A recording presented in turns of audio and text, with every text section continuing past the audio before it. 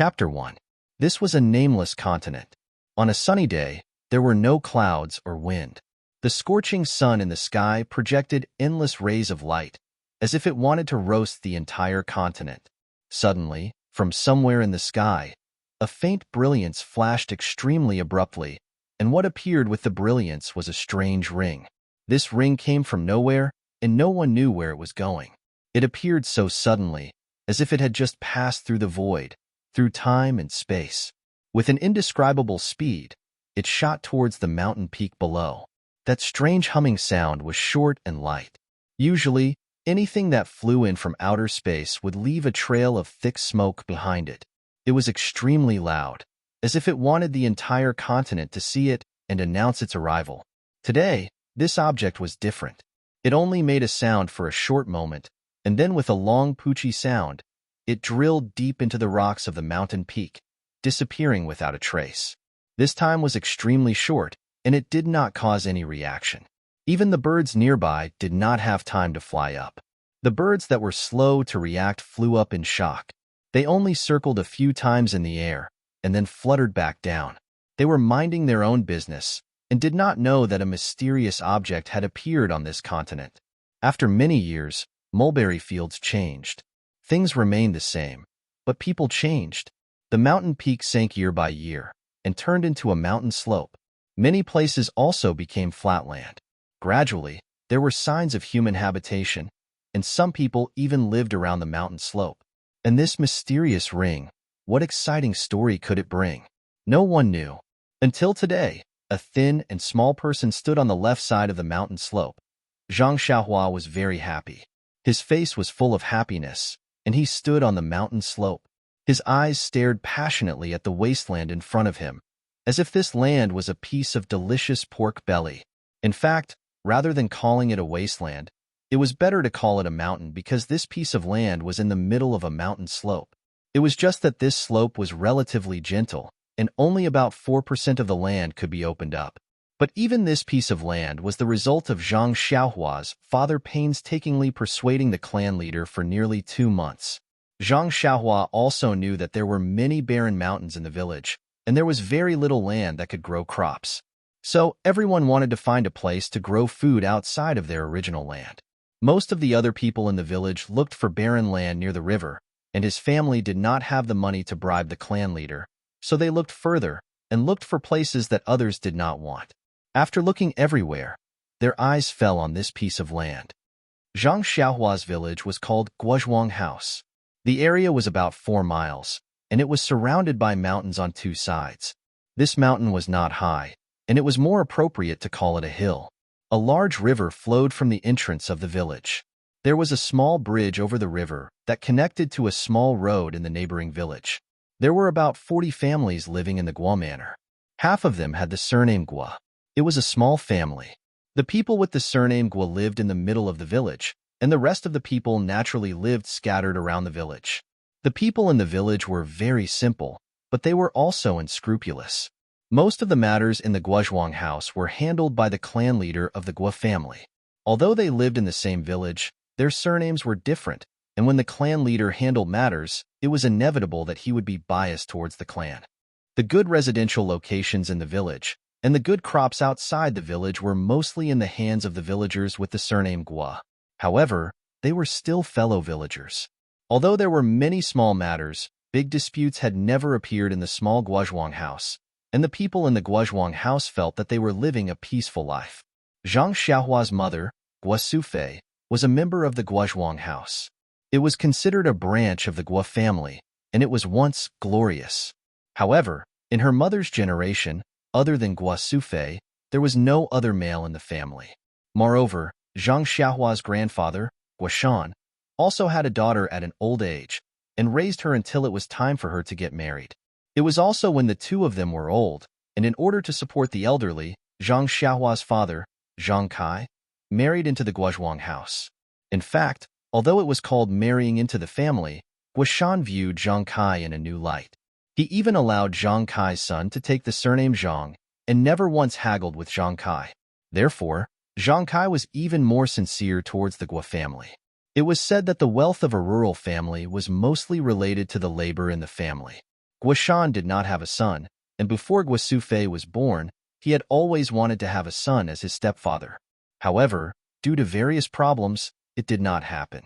Thus, the family was supported by Guoshan alone, and the family's poverty could be seen from this.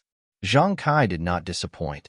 After he married into the Guo family, he was an expert in farming. In terms of increasing the family's labor, he far surpassed his father-in-law, Guoshan. 1 year after the wedding, Guosufei was pregnant and gave birth to a grandson for Guoshan. He was named Zhang Xiaolong. When Guoshan and his wife saw the birth of their grandson, they were very gratified. Just as the family was looking forward to a bright future, Guoshan fell ill from overwork and could not leave his bed. Illness was undoubtedly a disaster for a poor family. In order to treat his father-in-law's illness, Zhang Kai sold all of his valuables.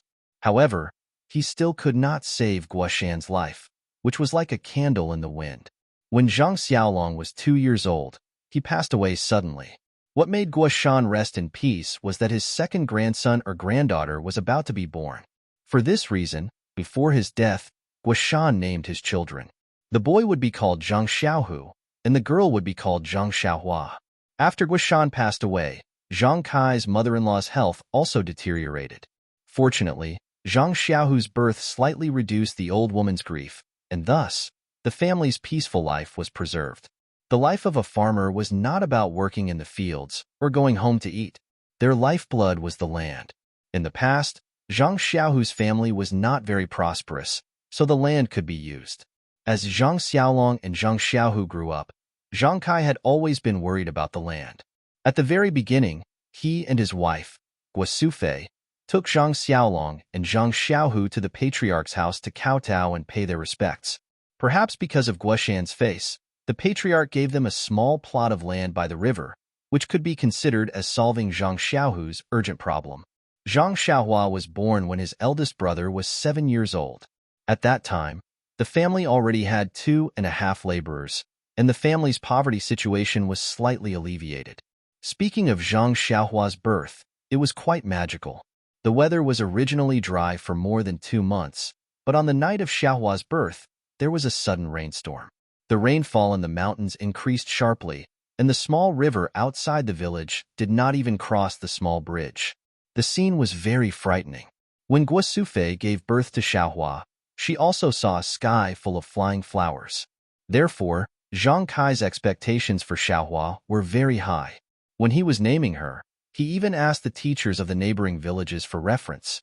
There were many names such as Zhangzhen, Zhangyu, Zhangshueo, and so on. However, after picking and choosing, he was dazzled and did not know which one was better. In the end, when he thought of the sky full of flying flowers and his deceased father, Guosufei went against the objections of others and gave Zhang Xiaohua such a popular name. Although Zhang Xiaohua was a standard boy, at this time, Xiaohua was already 12 years old. Children of farmers always matured early. As early as a few years ago, Xiaohua had already been busy with the affairs of the farm with her father and 2 brothers. It was not that Zhang Kai did not think of sending the children to school to learn how to read and write. When they grew up, they would be literate and seek scholarly honors. However, Guo village was a small village, and there were not many scholars in the village. They could not afford a small school. The school in the neighboring village belonged to another big family, and the fees for Guo village's children were high. Xiaolong and Xiaohu could not think about it. At that time, the family was poor, and Zhang Kai wanted to but could not. When Xiaohua was young, he also sent her to school for a few days. According to the teacher, Xiaohua's aptitude was only average in the school. Even if she tried her best, she would only be literate. If she wanted to seek scholarly honors, it would be like the moon in the water. Zhang Kai weighed his wallet and looked at Xiaohua's thick eyebrows and big eyes. He gave up on his hopes and brought the children back to Guozhuang House, which was the main occupation of the farmers. However, Xiaohua's mother seemed to remember the auspicious omen of Xiaohua's birth. From time to time, she would ask the young literate people in the village to teach Xiaohua some things. Although Xiaohua liked to follow her brother to do farm work, her mother forced her to learn a lot of words. She could read some things, and she could be considered the literate person in the family. As long as it was related to words, Zhang Xiaohua would take care of it. Today was Zhang Xiaohua's first day of farming alone. Her father had told her yesterday that this piece of land was for her. It was a rice bowl that belonged to her. Although it was still a piece of land that did not show any signs of farming, Xiaohua remembered that a scholar in the village once said that once you have a goal, you can start. Once you have a start, you are halfway to success. Once you have success, you are not far away from your hope. And Xiaohua's hope was to eat a piece of pork belly to her heart's content. The November day was already the beginning of winter. The sun cast a bleak light and heat on the head. The mountain wind blew through the slope, causing the treetops to rustle. Everything showed the silent desolation. However, Zhang Xiaohua did not have the time to pay attention to these. He held the hoe and only blindly worked on this piece of land, working hard to reclaim the land. According to Zhang Xiaohua's plan, first, they would dig an oval or quadrangular boundary around the land in the middle of the hillside. Then, they would remove the mountain rocks in this piece of land, clean up the small stones, and then deal with the weeds. When it gradually grew into a large scale, they would cultivate the entire field carefully, laying a good foundation for planting seeds. Farming always took time. When Xiaohua finished cleaning up the surroundings and was ready to remove the large stones in the field, it was already noon. Xiaohua stopped farming and wiped the sweat on his forehead. He went to the field and took a jar of water prepared by his mother. He gulped down half of the water in the jar. Then, he stretched his body and patted his waist that had not been straightened. He felt a burst of comfort. Also, although he used to work with his father and brothers, after all, because he was the youngest, everyone did not let him do too much work. He did not feel too tired. Now that he was shouldering all the work, he knew the hardships. However, when he thought about his grandmother, his mother, his home, and his future, his heart felt that it was very worth it. Zhang Xiaohua learned to read from the young scholars. Although he was not serious, he often heard them talk about the future, life, love, and so on. He had some impressions. When he was working on weekdays and had nothing to do, he would occasionally think about his life. But soon, he would be defeated by reality and bow his head to face the ground. Thinking about these at this moment, it was probably a daydream and a leisure time in the midst of work. Just when Zhang Xiaohua's imagination was running wild, his stomach kept growling. It seemed that it was time to eat. In the past, he would eat at home with his mother. Now, he was independent and started farming. When he came out in the morning, his mother said that the food would be sent to the field at noon. Looking at the time, it should be here. Sure enough, a voice came from the bottom of the hill. Xiaohua, come and help your mother. There was a steep slope from the bottom of the hill. It was very slippery. The last time he came to see the field, Zhang Kai fell. Zhang Xiaohua quickly replied, Mother, wait a moment. I will go down immediately. You don't have to come up first. When Zhang Xiaohua walked down the hill, he saw his mother. She was holding a bamboo basket and standing on the side of the road waiting for him. Zhang Xiaohua took the bamboo basket and carefully helped his mother walk up the hill. He let his mother sit on a stone and then lifted the cloth on the basket. Inside was a bowl of streaky pork and a few pieces of coarse flour steamed buns. Xiaohua sensibly asked his mother if she had eaten. His mother's answer was not unexpected. She had already eaten. Seeing Xiaohua wolfing down the food, Guosufei felt a little distressed. She said to Xiaohua, Eat slowly. Don't choke. Drink some water quickly. Mother, why did you suddenly make streaky pork? Xiaohua asked. Today is your first day working. Your father told me yesterday to make streaky pork as a reward for you. Xiaohua's mother lovingly looked at her youngest son and said, It's been hard on you. Xiaohua, you are only 12 years old this year. Look at the children in the neighboring village who are your age. They are still studying in school. You are working in the field alone. Didn't my eldest brother also work separately from my father when he was 10 years old? What am I doing? Moreover, this land is mine. My second brother shares a piece of land with my eldest brother. I can't be happier. Xiaohua saw that his mother was starting to nag and quickly asked, What about my grandmother? Did she eat streaky pork? Your grandmother is in her 80s. How can she eat this? I made millet porridge for her. Xiaohua's mother said, You only thought of your grandmother now after eating. Your grandmother was thinking about you all morning. Xiaohua scratched his head embarrassedly. It seemed that he really didn't think so much. Speaking of Xiaohua's grandmother, Guasufei's face was clouded over again. As the children grew up, the family's life gradually improved. However, Little Blossom's grandmother's health was getting worse and worse. Although 80 years old was considered a rare longevity for people in the countryside, who wouldn't want their elders to accompany them for a longer period of time. Recently, Xiaohua's grandmother was blind. Guasufei and Zhang Kai discussed getting a doctor to take a look. However, Xiaohua's grandmother strongly disagreed. She said that it was normal for someone so old to be blind. She didn't want to spend any more money on it. The couple couldn't stand the old lady, so they agreed. Now, the old lady worked hard at home every day. She fed the chickens and pigs in the dark. Seeing that Xiaohua had finished eating and drinking, Guasufei said, "Xiaohua, don't work so much in the afternoon. Come home early. Grandmother misses you. I still have to send food to your father and brother." Xiaohua was stunned. "Mother, then? I finished the streaky pork. What will father and brother eat?" "It doesn't matter. There are other dishes. Remember to work less in the afternoon. Don't catch a cold." Guasufei stroked Xiaohua's head lovingly. She looked at her little son who was so anxious that his face was red. It was as if he was still the little boy who acted spoiled in front of her. When Zhang Xiaohua helped her mother down the slope and looked at her mother's back, she felt very guilty. "Sigh, why did I eat all the streaky pork?" 0. Chapter 2. In the afternoon, the mountain was still cold, and Zhang Xiaohua was still enthusiastic. However, the progress of the reclamation in the afternoon was not as smooth as the morning. There were a lot of rocks on the wasteland, and many of them were buried in the ground. It was not easy to dig up the ground and pry up the big rocks. When the sun set in the west and dusk came, Zhang Xiaohua had only moved a few rocks. His hand was injured first, and the web between his thumb and forefinger was cracked. In the cold wind, he felt a burst of pain. After all, he was still a teenager. Looking back at the wasteland that he had been busy with for the whole day, although he was a little reluctant, Zhang Xiaohua still carried the hoe and water jar and walked back. It was already late, and if he did not leave, his father and brother would come to find him, and his grandmother would also be worried.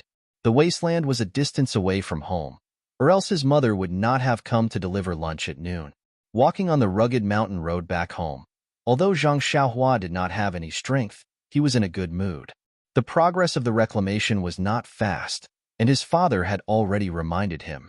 If it could be done in a few days, the villagers would have already reclaimed the hillside. This was only the beginning, and in the future, they still had to carefully cultivate, sow seeds, water, and so on. There were many troublesome things. Suddenly, Xiaohua thought of something: water. Yes, the hillside was so high, and it was so far from the village river. How should the water be watered? And there was no spring around? Why didn't he think of it earlier? What should he do? Thinking of this, Zhang Xiaohua's little face was immediately filled with worry, and he could not help but quicken his pace and run home. How could a child hide his emotions?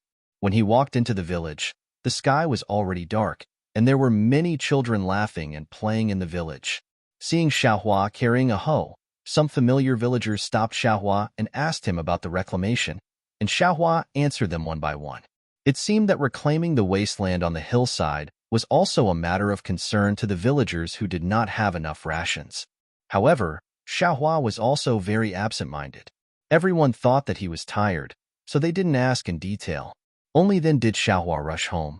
Zhang Xiaohua's house was in the south of the village. From the perspective of feng shui, it was downwind and water. However, the area was not small. With Zhang Kai's efforts, there was actually a small courtyard. The walls of the small courtyard were not high. They were made of yellow mud and could be seen from the outside. From afar, Zhang Xiaohua could see her grandmother's figure leaning on a walking stick. As she was blind, her grandmother did not go out much. Now that she was leaning on the fenced door, she must be worried about her youngest grandson. Hearing the approaching footsteps, Grandma smiled. Although she looked at Zhang Xiaohua blankly, she was unusually kind. "Xiaohua, you're back. Are you tired today?" Zhang Xiaohua ran a few steps, entered the door, put down the hoe and water jar, and held her grandmother's arm. She quickly replied, "I'm not tired, Grandma. It's not like I haven't done farm work before. Grandma held Zhang Xiaohua's hand and said, Our Xiaohua is already an adult. Grandma forgot. Grandma's hand happened to touch Zhang Xiaohua's hand where the web between her thumb and forefinger was cracked. Zhang Xiaohua gasped in pain. Although she did not cry out, Grandma heard it and said loudly, Xiao Kai, quickly come and see the child. Zhang Xiaohua's father had actually just returned. He was washing in the courtyard when he heard his mother-in-law's voice. He looked carefully and said, It's okay, Mom. Xiaohua worked too hard and her hand was cracked. It will be fine in a few days. Grandma said, Do you want to go to Old Chun at the village entrance to get some medicine for the child? As they were talking, Guasufei came out of the house with something. She casually said to Zhang Xiaohua's grandmother, No need, Mom. Didn't Xiao Hu use it last time? There's still some left. When Xiaohua sleeps tonight, apply some. It should be better tomorrow. Mom, quickly go back to the house. It's cold and the wind is blowing. I'll send food over to you later. Xiaohua, quickly help your grandmother back to the house. Zhang Xiaohua carefully helped her grandmother back to the house. She also put her worries about watering the plants to the back of her mind. After dinner, her parents were weaving baskets under the pea-sized oil lamp. Zhang Xiaohua and her brothers were also helping them. Zhang Kai then asked Zhang Xiaohua about the progress of the land reclamation. Zhang Xiaohua also said one by one. Zhang Kai said, You're really slow by yourself. When Xiao Hu helps Xiaolong with the land on the other side of the river, he'll go over to help you. Zhang Xiaolong also said, Don't worry, Xiaohua. When we're done, Dad and I will go over to help. We'll finish before winter. Zhang Xiaohua said, Why am I in a hurry? Didn't Dad say that we have to be careful when reclaiming land? If we're slow, then so be it.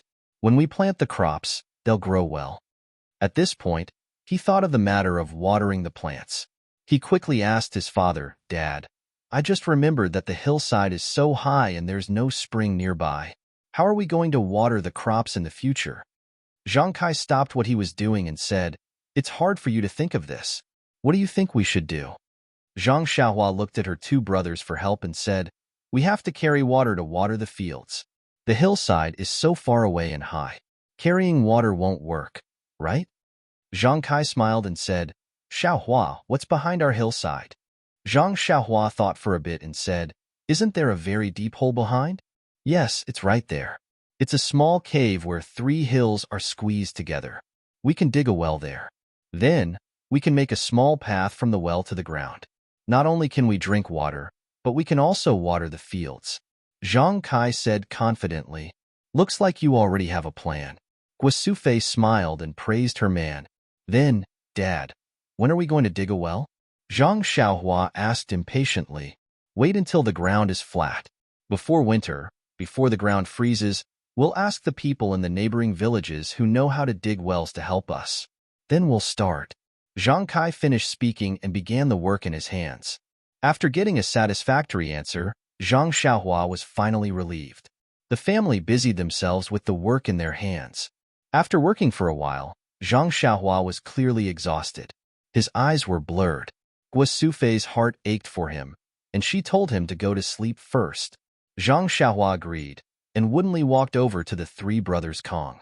He threw himself into the shabby quilt and fell into a deep sleep. He didn't even notice that his mother was applying medicine to his hand at night. Just like that, a busy day passed in a hurry. In the next few days, Zhang Xiaohua was patient. He only focused on leveling his own land and didn't worry about the problem of watering. That night, Zhang Xiaohua finished clearing the weeds and smashing the big clumps of dirt. He was ready to call it a day and head home. On the way home, Zhang Xiaohua could not hold it in any longer. He could not help but think to himself, seeing that his slope had become a flat farmland, all that was left was a fine plow to sow the seeds. When would the well be dug? As soon as he rounded the slope, he saw several wooden shelves rising from the deep recess at the bottom of the slope. Zhang Xiaohua quickly ran over and looked. Sure enough, there was a circular platform at the bottom of the hole. On top of it was a circular wooden board. Around the wooden board were 6 long wooden sticks. The bottom of the wooden stick was deeply inserted into the soil. The top of the wooden stick was in the shape of a tower. Zhang Xiaohua was so happy that he almost jumped up. He jogged down the hill, and came to the bottom of the wooden shelf. There was no one at the moment. They probably went to rest after setting up the shelf. Zhang Xiaohua patted and touched here and there. It was very strange. How could they dig a deep well with just these few shelves? Just as Zhang Xiaohua was feeling strange, someone called out to him from the top. Xiaohua, where are you? It was second brother Xiaohu. Xiaohua quickly replied, I'm here. Second brother, come and see. We're ready to dig a well. Zhang Xiaohu also slipped down the hill. He pulled Zhang Xiaohua and said, Okay, I know. Big brother and I helped get these things here in the afternoon. Big brother said it was a surprise for you, so he didn't tell you. Right now, Mom and Dad are waiting for you to come back. Let's go quickly. The two brothers jogged all the way back home. The dining table was already set up in the small house. Dad and Big Brother were sitting at the table, but they didn't see anyone else that they didn't know. Zhang Xiaohua couldn't help but ask, Dad, where are the people digging the well? Zhang Kai smiled and said, They all went back. Our family doesn't have much money. We promised them that they would only take care of lunch and not dinner. Also, our family members also need to help. This way, we can give less money. Zhang Xiaohua agreed and went out to help her mother prepare dinner. After dinner, Zhang Kai assigned tasks to everyone in the family. Zhang Xiaohua and his brothers were naturally to help out. Xiaohua's mother was in charge of cooking and delivering food. Zhang Kai had to buy materials and find people to help out, etc. In short, other than Xiaohua's grandmother, the whole family had to help out. Of course, Grandma had to look after the house and feed the chickens. Early the next morning, Zhang Xiaohua woke up early and rushed her two brothers, who were on the Kong bed, to dig the well together. However, Zhang Xiaohua's mother insisted that they eat something before leaving. She said that Zhang Xiaohua's father had already gone. Moreover, they had agreed on the time. If they went early, there wouldn't be anyone. The three of them didn't know how to dig a well, so it would be useless even if they went. Zhang Xiaohua could only be patient and accompany them to eat breakfast. When they came out to the hillside, the sun had already risen. Seeing that there were already a few people working in the cave, Zhang Kai hurriedly called them over to help. They moved some of the stones and soil that they had dug out to the side. Thus, everyone started working in full swing. After being busy for a few days, Zhang Xiaohua found that digging a well was a very simple thing. They just needed to find a place and pull out a frame to dig down. However, finding a good place and ensuring that the dug place wouldn't collapse required experience. For example, this wooden frame was necessary. Otherwise, if people dug deeper and deeper, how could the soil be transported up from the ground and how could people come up? However, speaking of the location, Zhang Kai was also lucky. His family had discussed the location with him because it was close to the field. He didn't expect that they could dig out water. The master who dug the well looked all over the mountain and finally settled on this place. He said that there might be a spring below, and he wanted to try digging. If they dug out Sweet Mountain spring water, it would be better to use it to water the field than to eat it. Hearing this, Zhang Kai ignored it. It was so far away from home. How could they carry water? Could they carry a few buckets of water from here every day to cook at home? The days of digging the well passed. The well was dug deeper and deeper, but there were also more and more difficulties. The progress was obviously slowing down. Because they were digging from the low-lying areas of a few hillsides, they would dig out a lot of stones from time to time. Fortunately, they weren't too big. Moreover, they didn't encounter the so-called large stones. Otherwise, they would have to give up before the well was dug.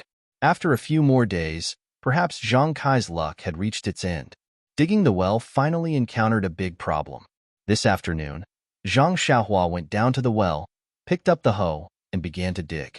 Who knew that the first time she dug, she hit what seemed to be a hard stone. Zhang Xiaohua's hand was numb. According to her previous experience, Zhang Xiaohua chose a place further away from the previous one and dug again. Dang, it was obviously the same stone again. Zhang Xiaohua couldn't help but be a little flustered. She dug a few more times around the well. There were no exceptions. They were all stones. Zhang Xiaohua pulled on the rope tied around his waist and had someone pull him up. With a sullen face, he told his father what had happened.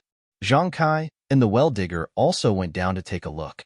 When they came up, they were silent. The well digger discussed with Zhang Kai and asked the others to go to the side to rest first. After lunch, they would come back to help. Finally, they confirmed whether it was a very large stone or a layer of stones. Seeing that everyone had dispersed and sat on the ground to rest, only Zhang Xiaohua looked at the well that wasn't dug well. She felt uneasy. She was really afraid that it was a layer of stones. If she couldn't dig further, her many days of hard work would be wasted. Perhaps she couldn't dig the well anymore. Zhang Xiaohua asked Zhang Xiaolong to put her back to the bottom of the well. She didn't give up and started digging again. 0. Chapter 3. At this time, it was already past noon, and the sun was hanging high in the sky. But because the well had been dug deep, they couldn't see anything at the bottom of the well.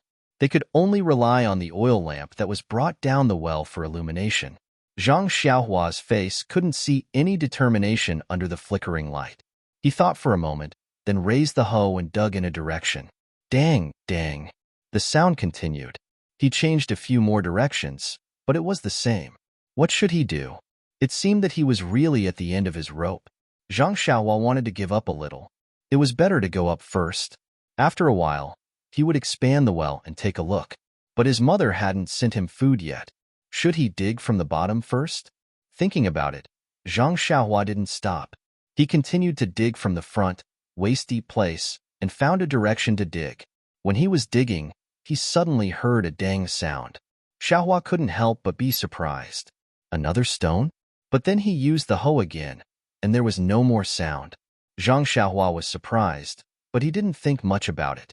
Maybe it was a small stone. As long as it wasn't a big stone, it was fine. After digging about a step forward, Zhang Xiaohua tried to dig down again. He hoped that he wouldn't hear any annoying sounds. In the end, he didn't have much comfort. The next step in this direction was also the same stone. Just as Zhang Xiaohua was about to take a break and change the direction, Zhang Xiaolong's voice came from above. Xiaohua, come up and eat. Mother has sent food. Zhang Xiaohua was pulled up from the well by his brother. Looking at Zhang Xiaohua's face, Zhang Xiaolong didn't ask anymore. He just brought him food and watched him wolf it down. Then he comforted her. It's okay, Xiaohua. If this place doesn't work, let's go somewhere else. The hillside is so big, there must be a place to dig a well. After eating, Zhang Xiaohua's complexion was clearly much better. She didn't seem to be gloomy anymore. Seeing the people digging the well going into the well, she smiled and said to Zhang Xiaolong, I know, big brother. I'm going to take a look at the field. I'll come back later. Zhang Xiaolong patted Zhang Xiaohua's shoulder. Without saying anything, he took the empty basket and walked away. Zhang Xiaohua carried her hoe and walked up the hill. She came to the side of the field and put the hoe aside. She sat on the ground and looked at the field that couldn't be watered. She wondered if she should fetch water from the river in the future. When his eyes fell on the hoe, he noticed that there was a piece of mud on the hoe. It was probably brought up when he was digging the well. Zhang Xiaohua used her foot to rub the hoe, but it didn't come off. She picked up the hoe and used her hand to clean the mud. She discovered that the hoe was wrapped in a round object and was quite tightly stuck. Zhang Xiaohua tilted her head and thought about it. She guessed that when she was digging the well, the dang sound was probably the sound of the hoe digging into the ring. No wonder there was no sound.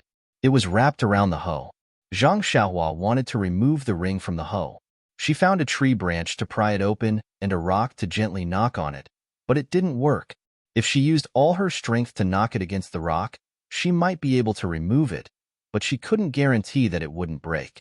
She couldn't bring this thing down the well to dig, right?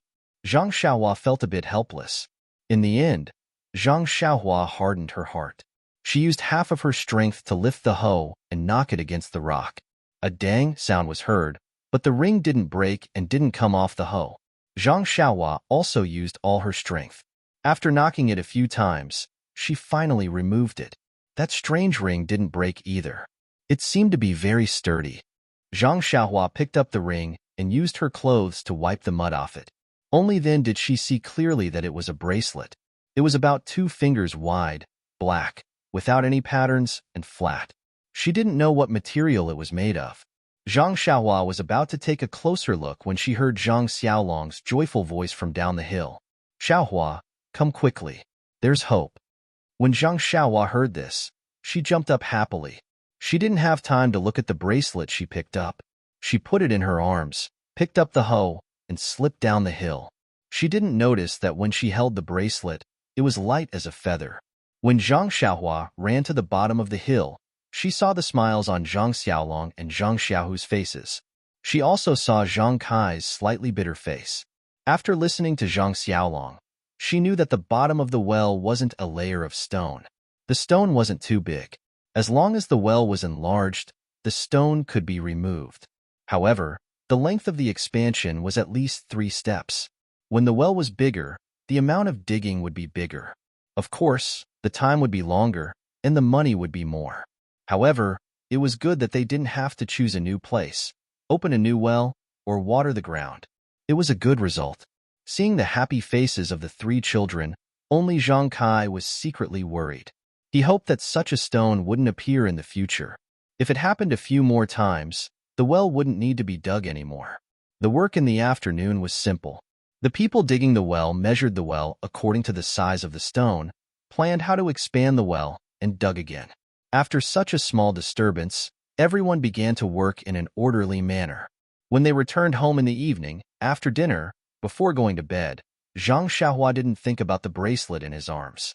It was only when he took off his clothes that the bracelet fell out. However, after a tiring day, he was too sleepy. He didn't think too much about it. He casually stuffed it under his pillow and fell asleep. This night, everything in the Zhang family was the same as before. The oil lamps were extinguished early, and the wind blew the fence door and shook it. The withered grass on the yellow mud wall was also blown up and weakly waved. Only the moonlight from the sky shone through the window onto the shabby table and bedding. Everyone fell asleep. In the quiet night, there was only the sound of snoring. The only difference was Zhang Xiaohua. No, it should be Zhang Xiaohua's dream. His dream was no longer the streaky meat of the past, but full of flickering. It was like a kind of breathing, a radiance that stretched and relaxed, flashing and moving. On the morning of the first day, when the first ray of sunlight shone on Zhang Xiaohua's face, Zhang Xiaohua opened his eyes. He looked around doubtfully, but didn't see anything flickering. Only then did he know that all the flickering was a dream. He shook his head self-deprecatingly and prepared to go back to sleep. However, at this time, he found that listening to his 2 brothers snoring, he seemed to be unable to sleep. He was 100 times more energetic, so he had no choice but to get up and get dressed. When Zhang Xiaohua walked into the courtyard, he saw his mother cooking on the stove in the courtyard, so he went to the well in the corner to draw water to wash his face. Guosufei saw Zhang Xiaohua come out and was very puzzled, saying, "Xiaohua, why are you up so early? You were tired yesterday, so sleep a little more today. There's still a while to work." Zhang Xiaohua said as he drew water, "I'm not sleeping, mother. I'm not sleepy. Moreover, you see, I've already rested. I'm full of energy now. I can break that stone with a shovel." As he said this, he put down the basin and made a gesture of hoeing the ground. Guosufei said with a smile, Good, Xiaohua. You've grown up. You're a pillar of the family just like your father." Zhang Xiaohua said with a red face, "Mother, I'm already so big. Don't call me good. It's so unpleasant to hear." While they were talking, Zhang Kai came back from outside with a bunch of vegetables in his hand, asking, "Who's grown up? Xiaohua, why are you up so early? Don't you want to sleep a little longer?" Then he handed the vegetables in his hand to Zhang Xiaohua's mother, saying, "Some of the grass in the vegetable garden has grown out. We'll have to pull it out when we have time. We've been busy with the well for the past few days, so don't let our vegetables go to waste." Guosufei took the vegetables and said, "Aren't you talking about your son? It's the first time he woke up so early. He'll be good at work in the future." Guosufei continued to cook for the whole family, and Zhang Kai also went into the house. After Zhang Xiaohua finished washing his face, he had nothing to do, so he walked out of the courtyard. Although it was still early and winter was approaching, farmers couldn't stay idle. There were already many people walking around in the village. Some people were driving ducks and geese to the river, while others were gathering grass from the river to feed the chickens and pigs. There were also some people who had already carried hoes and were ready to go to the fields. Zhang Xiaohua walked on the small path in the village and felt that today was different from before. He couldn't tell what was different, but he felt that he was full of energy. There was a feeling of endless energy, or it could be said that every part of his body was full of energy. However, he didn't think too much about it. He just thought that he had slept well last night. When Zhang Xiaohua walked back home, everyone had already started to eat. He also hurriedly finished eating and followed his father and brother to continue digging the well. The next few days were peaceful. The surface of the well expanded, and they dug up the stones from the bottom of the well. The well also became deeper and deeper. When the piece was dug out, it looked quite flat and was cold to the touch. Zhang Xiaohua asked her two brothers to put it under the tree at the head of the field. They were going to use it as a bed to rest in between work during the summer. As for the bracelet, Zhang Xiaohua threw it behind his head and put it under the pillow. He had completely forgotten about it. However, his dream had already been replaced by streaky meat by Twinkle, but he didn't realize it. After a few more days, there was still no water in the well. At this time, Zhang Kai was a little worried. It was going to be winter soon, and the soil layer was about to freeze. Although the bottom of the well wouldn't freeze, it was not as smooth as before when they worked. That night, the family gathered together to do farm work after dinner. Zhang Kai frowned and discussed with Guo Sufei that if the well didn't water in a few days, they would probably stop working. They would talk about it again when spring came.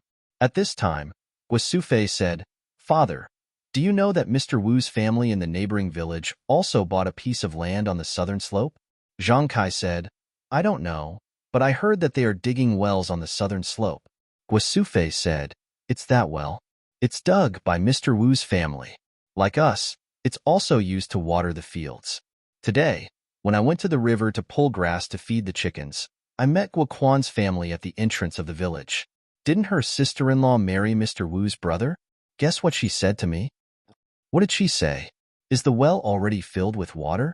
Zhang Kai asked in surprise. "Didn't they fill it later than us? How can it be filled with water so soon? You think it's filled with water quickly?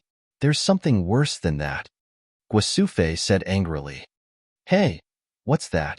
Not only was Zhang Kai interested, but the three brothers were also curious. They dug a well and dug out a small broken box.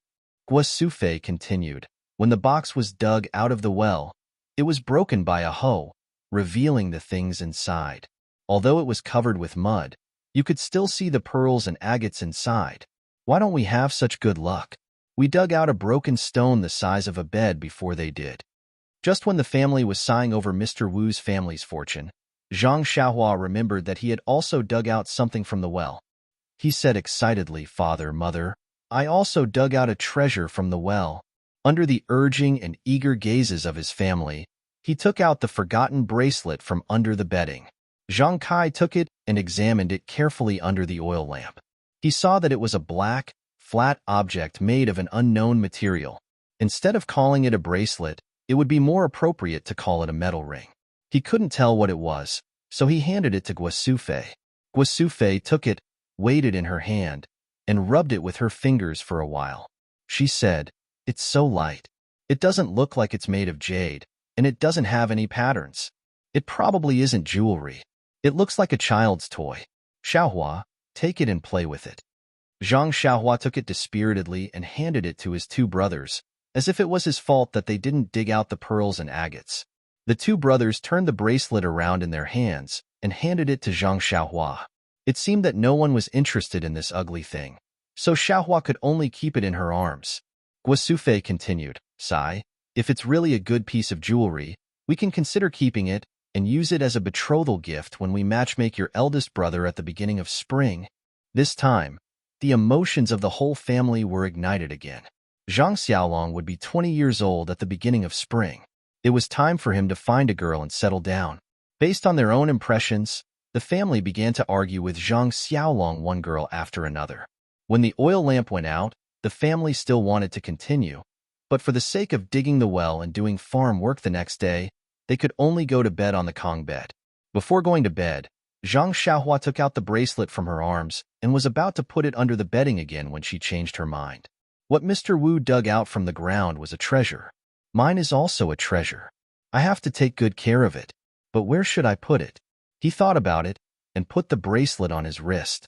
What a coincidence. It was actually a good fit on his wrist. When he waved his arm, the bracelet didn't slide up or down. Zhang Xiaohua was secretly delighted. This bracelet was simply tailor-made for him. Until he fell asleep, he didn't think about how he could put it on his wrist if it fit so well on his wrist without any gaps. Not to mention that the streaky pork in his dreams had long disappeared. It only flashed endlessly in his mind. Qidian Chinese website www.qidian.com welcomes readers to visit and read. The latest, fastest, and hottest serial works are all at Qidian Originals. A0. Chapter 4. For the next few days, Zhang Kai and his family were all busy digging wells. Fortunately, on the 6th day, the water that everyone had been looking forward to for a long time was finally dug out. Finally, they had completed a difficult task before winter, and everyone was relieved. Just as Zhang Kai was busy settling the wages of the well diggers, and Zhang Xiaolong and his 2 brothers were busy repairing the small path from the fields to the well platform, the gloomy winter clouds pressed down, and some salt bean-like snow fell from the sky. The farmers' love-hate winter day had finally arrived. After the first snow, the cold wind became bitterly cold, and the new year was not far away. Zhang Kai was very satisfied this year. He had gotten an extra piece of land for his family and dug a well. In the future, this land would not be afraid of drought, and if he took good care of it, it would be the main source of food for his family. Therefore, as the new year approached, he had already instructed Guo Sufei to prepare more New Year goods, so that the family could have a good New Year. His mother-in-law was getting old, and every new year was a new year. Recently, his mother-in-law's health had been deteriorating, and she had been lying on the bed for half a day. He did not know if she could make it through the next new year. Thinking of his parents and how well his father-in-law treated him, he could not hold back his burning desire and looked forward to a good new year. It was easy to buy the New Year goods for the farmers. The so-called rich meant that there were many styles, but the quantity was limited. In fact, in terms of style, most of them were mountain goods that were dried on a daily basis, and only a few things were bought by Zhang Kai from faraway markets. Because of his mother-in-law, Zhang Kai had bought some food that they had not seen before this year, which made the 3 brothers envious, and they wanted to try it early in the new year. Guo Sufei, in addition to being busy with New Year's matters, spent most of her time in the village looking for relatives. Sometimes, she would go to the neighboring villages to inquire. What she cared about was her eldest son's marriage. However, looking at her sometimes gloomy and sometimes happy face, it felt that things were not going as smoothly as expected. Time passed quickly as the Zhang family was busy, and the new year was finally around the corner. On the first day before the new year, just as everyone was sitting around the stove, talking about the next year's harvest, the situation in the field, and Zhang Xiaolong's future wife, suddenly, he heard a commotion outside the village. It was a mess outside. Could it be that bandits have come to rob the village? Zhang Kai's mind immediately came up with an idea. However, that shouldn't be the case. The Guozhuang house was very small, and the Guo family was also a small family. Every family was very poor, and the bandits who lived in the nearby mountains never came to this desolate place. There shouldn't be any reason for them to come today. Although he thought so, Zhang Kai didn't dare to be careless. He called the 3 children, took the hose and other iron tools, and carefully walked out of the house. The Zhang family's wall was half a meter high, so they could see the situation in the village at a glance. In the village, many people were gathering and talking, and some were running. However, they all knew each other. Although everyone looked a little panicked, they could still see a little bit of joy and gloat. Zhang Kai was puzzled. He ordered the 3 children to return to the house and put the weapons back. He then went out to gather information. Of course, the 3 of them didn't want to be idle. They also followed him out and mingled with the young people of the same age. There were many people in the village, standing or sitting in 2s and 3s. They were all talking about the same thing. Zhang Kai walked to a group of old men who were smoking and talking loudly. He saw blacksmith Liu, who he was familiar with. He patted him on the shoulder and said, "Old Liu, what's going on? Why is it so messy?" Blacksmith Liu was smoking silently. When he saw that it was Zhang Kai who asked him a question, he knocked the cigarette that he had just finished smoking on the ground. He filled a new pot with new cigarettes from the tobacco pipe and carefully lit it. He took a deep breath and then said in a dull voice, "Old brother, do you know about One Eye who is 80 miles north of our village? The bandit who occupied Shichui Mountain?" Zhang Kai said, "I know, that's the biggest bandit within 100 miles of our village. How could I not know? However, they have always been active in the rich areas in the north. What's wrong? They ran over to our village?" Blacksmith Lu took another puff and said, "Yes, do you remember that some time ago, Mr. Wu from Xianzhuang dug up a well and dug up a chest of treasures?" Zhang Kai suddenly realized, could it be they? Zhang Kai didn't ask anymore. He already knew the reason. Wealth shouldn't be exposed. Such a conspicuous large sum of wealth was targeted by bandits. What good could there be?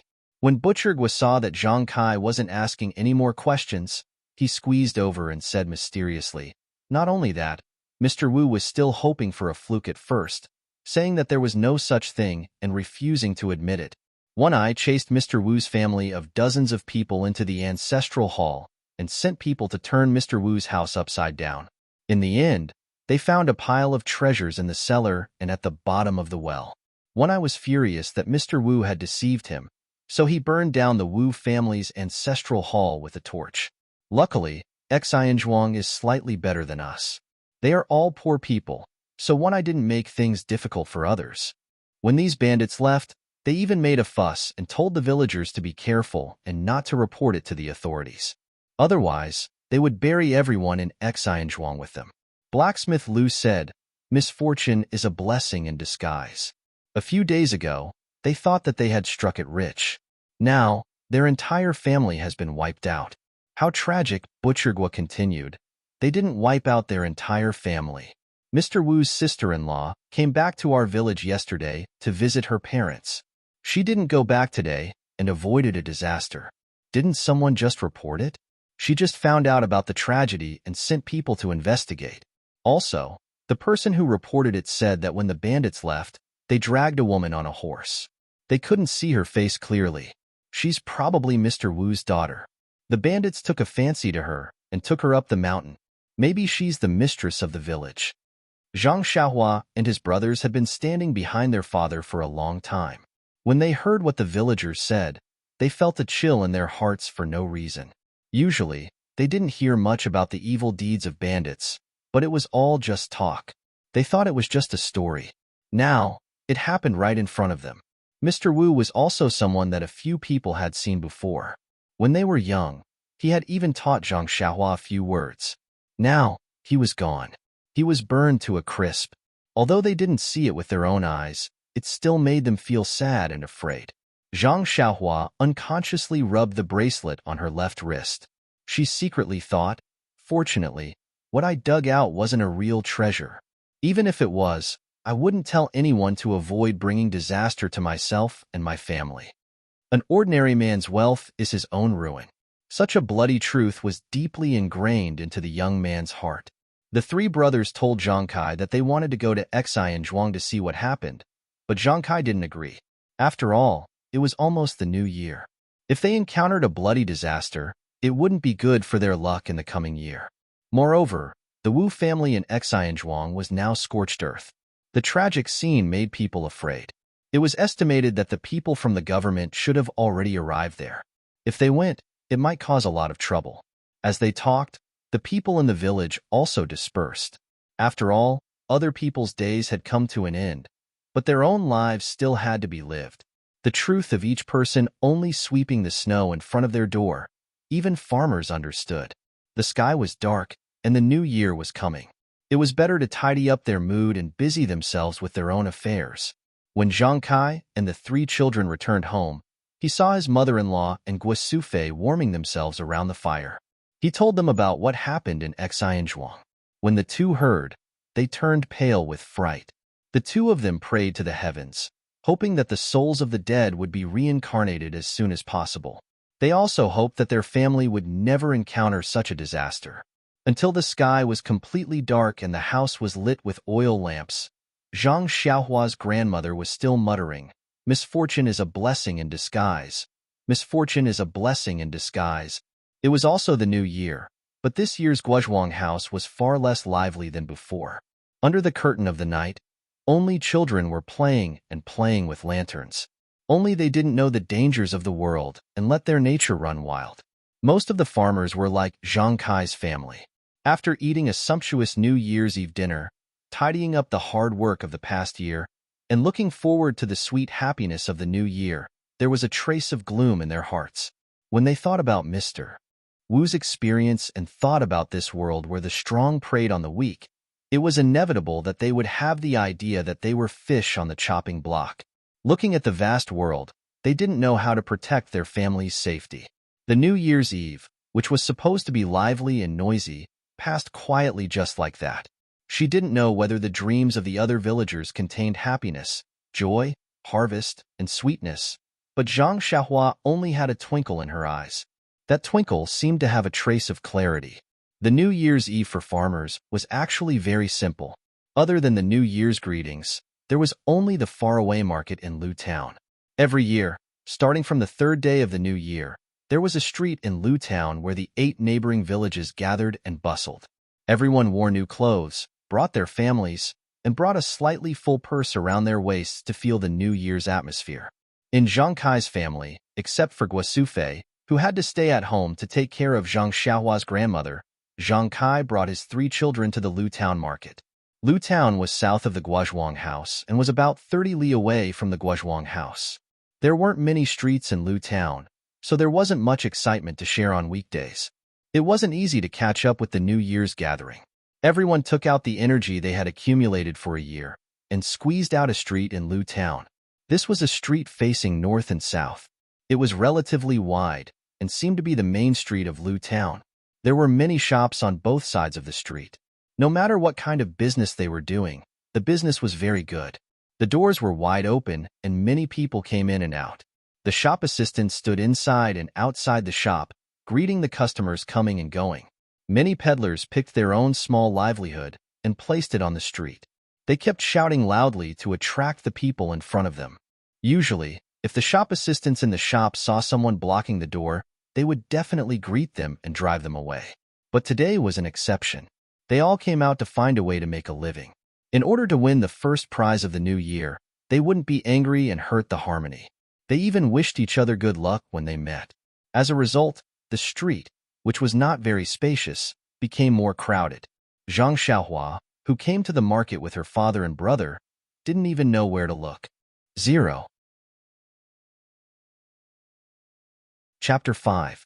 It was not the first time that Zhang Xiaohua had come to Lu Town's market. After all, it was the busiest time of the year. It was also the busiest place within a radius of dozens of miles. Since he could remember, he would come here every year. But in the past, his memory was full of sugar figurines, pastries, and other food. There was no other content, so he had never thought about what was crowded. Or perhaps, shuttling through the crowd was a kind of game that he found fun when he was young. But this time, when he stood at the north entrance of the street, looking at the crowded crowd, looking at the shops and stalls selling all kinds of goods, toys, and food, Zhang Xiaohua only wished that he had more eyes.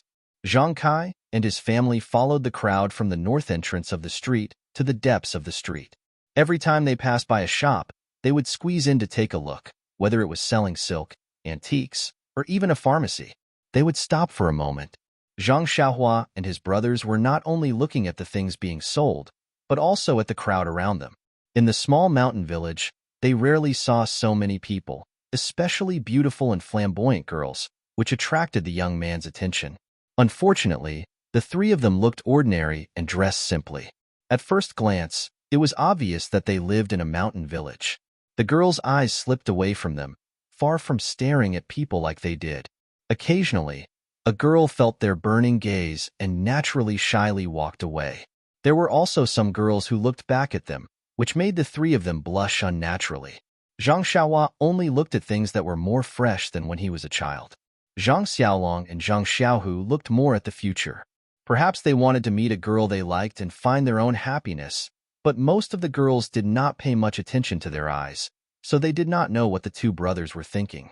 In the middle of the street, there was a big shop with a sign that said Qian Family's Cloth Art. Seeing this, Zhang Kai's eyes lit up. Beckoning the 3 brothers over, he led the way in. There was a shop assistant standing at the door of the shop. When he saw Zhang Kai walk in, he hurriedly greeted him and said, "Sir, please come in. What would you like to see?" He didn't seem to notice Zhang Kai's uneasiness and the fact that his clothes were not brand new. After Zhang Kai walked into the fabric shop, he didn't go directly to the counter.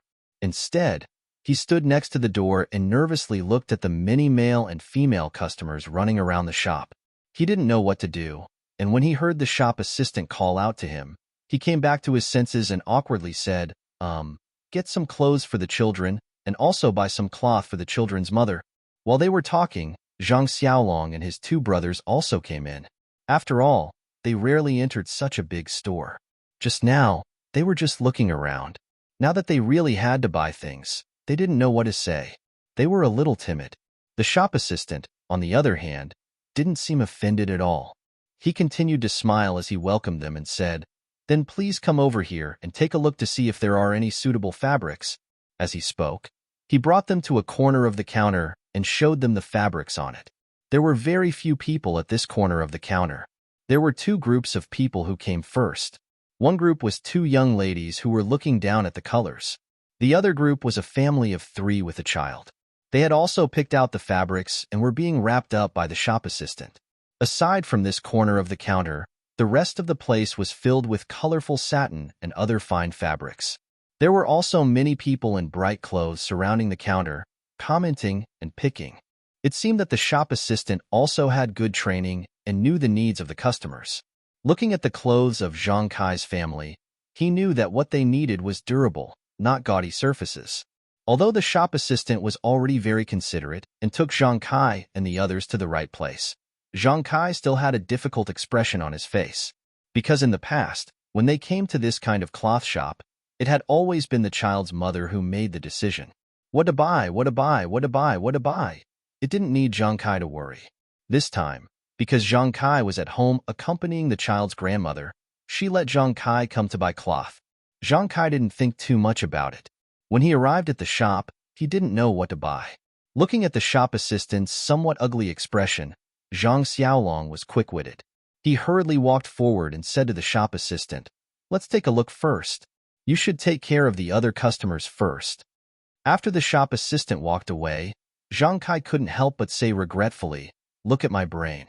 When I left, I didn't ask your mother what kind of cloth to buy. Now it's great. Us big men have to go back empty-handed." Coincidentally, the taller of the two girls who had just been choosing cloth just happened to walk behind Zhang Xiaolong and pick up a piece of navy blue cloth on the counter. When she heard Zhang Kai's words, she walked back to her companion's side. Her eyes looked at Zhang Xiaolong again, seeming to discuss something. Then she walked over and said to Zhang Kai, "This uncle, I want to discuss something with you." Zhang Kai said in puzzlement, "What's the matter?" "Mississippi," the taller girl said.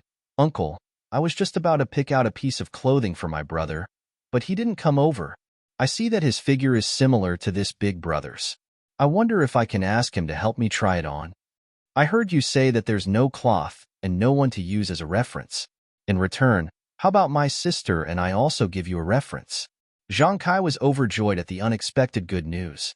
He slapped his thigh and said, "Good, good." Thus, Zhang Xiaolong acted as a clothes rack for a while and helped the two girls try on several pieces of clothing before buying something they were satisfied with. And Zhang Kai's wish was even easier to fulfill. The two girls helped them pick out cloth and color, making Zhang Kai and his family very satisfied. Even the shop assistant felt that the two girls had good taste. The only thing that made Zhang Xiaolong dissatisfied was that by the time the shop assistant finished wrapping the cloth and came out, the two girls had already gone far away. He still hadn't inquired about their names. Zhang Xiaolong gloomily took the cloth and followed Zhang Kai forward. Just as he was about to look at the farming tools in the roadside shops, he suddenly heard the sound of gongs and drums. When Zhang Xiaohua heard it, she said excitedly, "Dad, hurry. The big show is about to start. Let's go watch the show first." At the same time that Zhang Xiaohua called out to Zhang Kai, the crowd at the market also heard the sound of the gongs. Everyone rushed over. Zhang Kai also hurriedly called out to Xiaolong and Xiaohu and quickly walked over with the crowd. Lu Town had a custom for the new year. In the corner of the market, a large stage would be set up. Every day, a troupe would perform on it until the end of the market. For the farmers who had no entertainment, This was the highlight of the new year. It was no wonder that Xiaohua was so happy. When Zhang Kai and his family arrived at the stage, the big show on the stage had already begun. There were already 3 layers of people surrounding the stage. Fortunately, the stage was high enough that the people in front of it didn't block their line of sight. Although there were many people watching the show, they all held their breaths and listened attentively. It wasn't like the hustle and bustle of the shop just now. What was being played on the stage was a popular folk story. Everyone was watching with great interest. Zhang Xiaolong also gradually forgot about the regret he had just felt. Just as everyone was watching the show, there was a sudden noise on the other side of the stage. It was getting louder and louder. However, there were many people in between, so they couldn't hear it clearly. However, Zhang Xiaohua could hear that the voice of a girl was very familiar. Could it be someone he knew from his village? Coincidentally, there was a tree not far away. Zhang Xiaohua quickly climbed up and took a look. Io, he really knew her. He said loudly to Zhang Xiaolong, "Big brother, it's the sister who just picked out clothes for us. She's in trouble." When Zhang Xiaolong heard this, he didn't have time to talk to Zhang Kai. He hurriedly pushed aside the people next to him, squeezed through the crowd, and walked to the other side of the stage. Zhang Kai also hurriedly pulled Zhang Xiaohu and called out to Zhang Xiaohua, who was coming down from the tree, to follow behind. When Zhang Xiaolong used a Herculean effort to squeeze through the crowd and arrived at the other side of the stage, the scene in front of him made his blood boil. The stage was built against a high wall. At this moment, there were 2 lonely little girls hugging each other under the high wall. Their faces were flushed red, and there were 2 small parcels beside them. Some clothes were spilled out from the parcels. They were probably the clothes they had just bought at the cloth store. In front of them stood 2 short, fat men holding folding fans. They were dressed in bright clothes, and they were mumbling and groping the 2 girls, forcing them to move back and forth under the high wall. Around the 2 fat men, there were 7 or 8 tall servants wearing coarse clothes. They separated the crowd of people who were watching the show. Among these fierce-looking servants, a few of them were smiling as they watched their young master's ugly behavior. A few of them were looking back at the crowd of people watching the show. From time to time, they would give a threatening look to prevent people from intruding. Although there were a few people who wanted to stand up and help the 2 bullied village girls, they were all frightened by the evil servants. They could only look over there with unwilling eyes. After Zhang Xiaolong rushed over and saw the situation, he was thinking about how to deal with it. However, he saw the tall village girl looking at him with a pitiful look for help. Although she wasn't looking at him, he couldn't help but want to rush over. At this time, Zhang Xiaolong was pulled back by the people behind him. When he looked back, it was his family. Zhang Kai grabbed his arm. Zhang Xiaolong was anxious and said, "Father." Zhang Kai said in a low voice, "Xiaolong, don't be impulsive. We can't beat them." Zhang Xiaolong said, "But, if we don't help, those 2 girls will be bullied." Zhang Xiaohua also said, "Yes, father. Just now, that big sister also helped us." Zhang Kai said, "Of course you can help, but you can't not help. Instead, you can't put yourself in trouble. Look over there, that person wearing black clothes and holding a broadsword." The 3 Zhang brothers followed their father's gaze and looked over. Sure enough, there was a big man wearing black clothes standing over there. He held a broadsword in his left hand and crossed his hands in front of his chest. He leaned against a tree and squinted his eyes as if he was asleep. It seems that he should be the 2 naked bodyguards. It seems that a large part of the reason why many people didn't dare to go forward was because of the broadsword in the bodyguard's hand. What should they do? Zhang Xiaolong was also a bit anxious. Just as Zhang Xiaolong was hesitating, the situation on the other side of the high wall became worse. The 2 short and fat young masters had already pulled the 2 village girls away and were using all their strength to drag them to the small alley at the corner of the high wall. Zhang Xiaolong couldn't hold back anymore. He forcefully shook off Zhang Kai's hand and quickly ran over. The group of evil servants also thought that the crowd next to them had been frightened by them. Seeing that a good show was about to begin, they all moved closer to the small alley. They didn't expect that someone would rush over at this time. Zhang Xiaolong rushed to the side of the 2 village girls. First, he reached out and grabbed the 2 girls' arms and pulled them to his side. The strength of the two short and fat young masters couldn't compare to him who worked in the fields all day long. They were pulled over in an instant. While they were stunned, Zhang Xiaolong loudly said, "What are you doing?" The two short and fat young masters saw that the prey in their hands had been taken away, and their faces were very angry. The two of them looked at each other, and one of them, wearing orange clothes, said, "We're not doing anything. Who are you? What are you doing?" Zhang Xiaolong was stunned for a moment and then said, "I'm their older cousin. Why are you pulling them? Be careful. We'll go report you to the officials." The other person wearing black clothes said, "Report you to the officials? Okay, then let's go together. In Lu Town, your master, I am the official. Your cousin just stepped on my shoes. I want her to pay for my shoes. I want to see if the official will report to you or me." At this time, Zhang Kai and the others also rushed over. Zhang Kai hurriedly bowed to the two people and said with a smile, "Two masters, please calm down. My two girls don't know any better. You see, they stepped on your shoes. We'll pay for it. Today is a good day to go to the market. You're a big man and have a big heart. This year, you'll be rewarded." The person wearing orange clothes said with a sly smile, "Well said. Seeing that you're a tactful old man, I, your master, will do a good deed and pay for my shoes." Zhang Kai was startled and carefully said, "Then may I ask how much copper coins should I pay you?" The person wearing orange clothes stretched out a palm. Zhang Kai let out a sigh of relief and said, "So it's 5 copper coins. I'll give it to you." Zhang Kai took out 5 copper coins and handed it over. The person wearing orange clothes didn't even look at the 5 copper coins in front of him and slapped them to the ground. He fiercely said, "You country bumpkin, you think these are your straw sandals?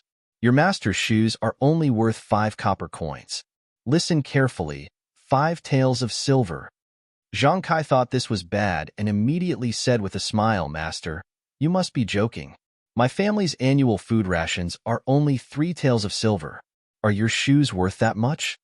The person wearing black clothes said, "You little old man, are you suspecting that we're lying?" At this time, the village girl behind Zhang Xiaolong had recovered. She poked her head out from behind Zhang Xiaolong and said, "Uncle, they're accusing us. We didn't step on them at all. We just came to watch the show. Before we even got close, they already surrounded us." Zhang Xiaolong also angrily said, "Father, they're obviously trying to blackmail us. Let's hurry up and take this girl to the authorities to sue them." The person wearing black clothes laughed loudly and said, "You bunch of bumpkins, you haven't seen the world. You don't even know your master Zhao, and you're still talking about suing the authorities. Little ones, come and tell them what an official is." This Master Zhao waved his hand, and the servants who were originally standing to the side watching the show immediately surrounded them. Zhang Kai saw that the situation wasn't good and said to Zhang Xiaohua, "You and these 2 girls find a chance to run away. We'll protect you." After he finished speaking, he took Zhang Xiaolong and Zhang Xiaohu to fight with the servants who surrounded them. Zhang Xiaohua also pulled the 2 girls and ran into the crowd watching the show. Zhang Kai, Zhang Xiaolong, and Zhang Xiaohu. Although they were strong laborers from the countryside and had some strength, they were slightly better than the servants in a one-on-one fight. However, a strong man couldn't withstand a large number of people. After a few rounds, they were thrown to the ground by several vicious servants. The servants' fists and feet rained down on them. The 3 of them were injured on their bodies and faces. Zhang Xiaohua and the 2 village girls were clever at first. They avoided several servants and were about to rush into the crowd, but they were unexpectedly blocked in front by the bodyguard. After several turns, they were unable to escape the bodyguard's figure. The bodyguard didn't make a move. He just blocked them and didn't let them go forward. When the servants caught up, he stood to the side and watched as Zhang Xiaohua and the 2 village girls were blocked by Zhang Kai and the others. When Zhang Xiaohua saw his father and brother being pressed to the ground and beaten, he anxiously rushed forward to save them. However, he was kicked in the chest and fell to the ground on his back. His body was covered in mud. When he was about to struggle to sit up, 2 more servants came and pressed him against the wall. They slapped him a few times and blood flowed out from the corner of his mouth. These 2 servants saw that Zhang Xiaohua was still young, so they didn't make a move. They just pressed his body and didn't let him move. No matter how Zhang Xiaohua struggled, he couldn't break free from the two strong men's hands. Seeing his father and brothers being beaten under the vicious servants' fists and feet, his heart ached and tears flowed down in an instant. 0. Chapter 6. When Zhang Xiaohua's helpless tears fell on the dust, the 13-year-old boy's heart was set off monstrous waves. He had no time to think about the evilness of the human heart and the ugliness of the world.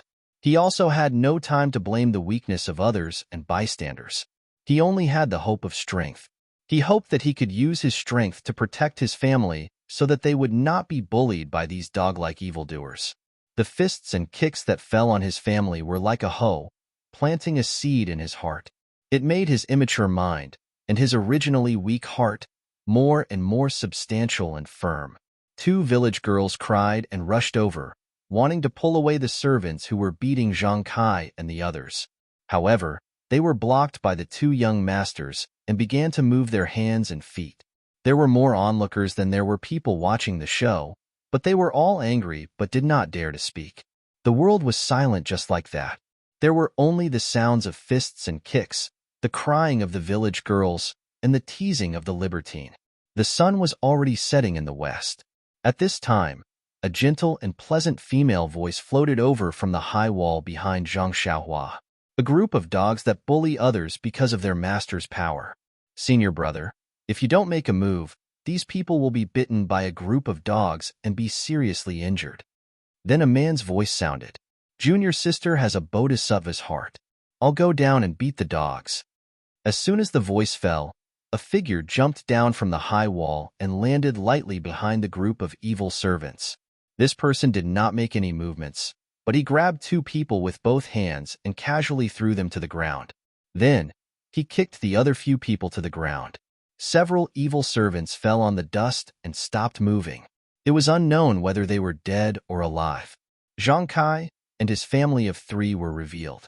Their bodies were curled up, their faces were covered with blood and mud, and they were writhing in pain. At this time, everyone could clearly see that the person who landed on the scene was a young man around 20 years old.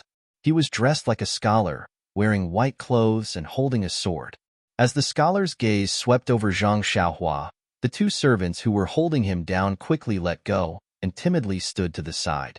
Zhang Xiaohua cried as she rushed to her father and brother. She helped them sit up one by one and lowered her head to check on their injuries. The 2 young masters of the woman also stopped. When the 2 village girls ran over to check on the injuries of Zhang Xiaolong and the others, they did not dare to stop them. The bodyguard in black clothes walked forward and stared at the scholar for a long time. He cupped his hands and said, "May I ask which sect's disciple little brother is from?" Evil Tiger Gang's Zhao Quansheng asks little brother's name. Unfortunately, the scholar did not pay attention to him. He turned and looked at the high wall and did not speak. At this time, everyone noticed that there was a beautiful woman wearing a purple dress standing on the high wall. The woman was tall and her clothes fluttered in the wind, revealing the curves of her body. Unfortunately, her face was covered with a veil, making it impossible for people to see her true appearance. However, her high and mighty heroic bearing made it difficult for people to approach her. The woman in the purple dress jumped down from the high wall and walked with gentle steps to stand in front of the white-clothed scholar. She stood shoulder to shoulder and did not salute. Her pleasant voice rang out again. "Evil Tiger Gang, what a great reputation. Is it used to bully men and seize women? I don't know what Situ is doing." When Evil Tiger Gang's Zhao Quansheng first heard this, his expression was somewhat ugly. He even tightened his grip on his sword. However, when he heard the last part, his expression changed greatly. He had already let go of the sword in his hand. When the woman finished speaking, he immediately cupped his hands and saluted again. He respectfully said to the woman, "This one is a disciple of the gang's Black Tiger Hall. I have been ordered by the hall master to protect the young masters of the guard. Since this lady is acquainted with our gang master, please forgive me if I have offended you." "Acquainted with your gang master? Hee, you sure know how to take advantage of the situation. We have been watching for a long time and have seen all of your actions. Although you have the responsibility of protecting him and did not make a move, it is hard to avoid suspicion that you are aiding the evildoers. Just the two dog heads that you are protecting, preying on the common people and raping women. I have long since found them an eyesore. If I don't teach them a lesson, it is hard to guarantee that they won't treat human lives like grass in the future. The white-clothed scholar said with a smile. When Zhao Quansheng heard this, he could not help but frown. He raised his voice and said, "Although the two of you are old acquaintances of my gang master, you have not revealed your identities and have instead interfered with my gang's affairs. Forgive me for not being able to comply." When the woman heard these words, she could not help but chuckle. She said, "You dog, you still dare to quibble. If I don't teach you a lesson, you won't be satisfied." When she finished speaking, she was about to step forward. The white-clothed scholar hurriedly stopped her and said in a low voice, "Junior sister, it is the new year. We are here to watch the fun. If we act rashly and see blood, it will be inauspicious. Moreover, we still have other matters to attend to. But you see how hateful these two dog heads are. Also, the villager who helped out just now was beaten so badly by them. If I don't get justice for them, my heart will not be at ease." The purple-clothed woman said resolutely and decisively. The white-clothed scholar pondered for a moment before saying, "Junior sister, you don't know much about the dangers of this world. Although we've punished these bullies today and helped them vent their anger, we won't be staying here for long. Once we leave, these bullies will find the villagers to vent their anger and maliciously retaliate. Then wouldn't our kindness not only fail to receive a good return, but also bring a terrible disaster to these innocent villagers?" The purple-clothed woman immediately narrowed her almond eyes and said sternly, "I don't believe that the bullies of this remote town have any power. If it doesn't work, I will tell my uncle and send troops to flatten this place." Her voice was loud and was heard by the bodyguard. His heart trembled. He knew that these words were probably not meant to scare him. He thought that if he did not handle this well, it would be difficult to guarantee that he would not be in trouble. Thus, he immediately stepped forward and asked in a warm voice, "Two Xiaoxiao brothers, today this Xiao was wrong and I apologize again. I will go and persuade the two young masters. I would also like to ask the two of you to tell us your names so that we can bury the hatchet. After all, we are all trying to make a living in the Jianghu." The purple-clothed woman thought about her companion's words and felt that it made sense. When she heard Zhao Chuanqing's words, she turned around and ignored him. She went over to Zhang Kai's side to check on their injuries. The white-clothed scholar then took out a small token and handed it to Zhao Quansheng. Zhao Quansheng took the token and looked at it carefully. It was as if he had been electrocuted. With an even more respectful attitude, he handed the token back to the white-clothed scholar with both hands.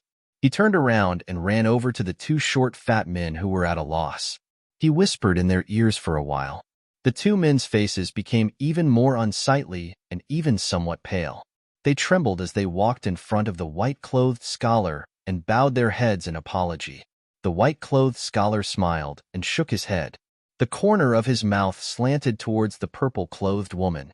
The two men could only walk back to the purple-clothed woman's side and continuously bow and beg for forgiveness.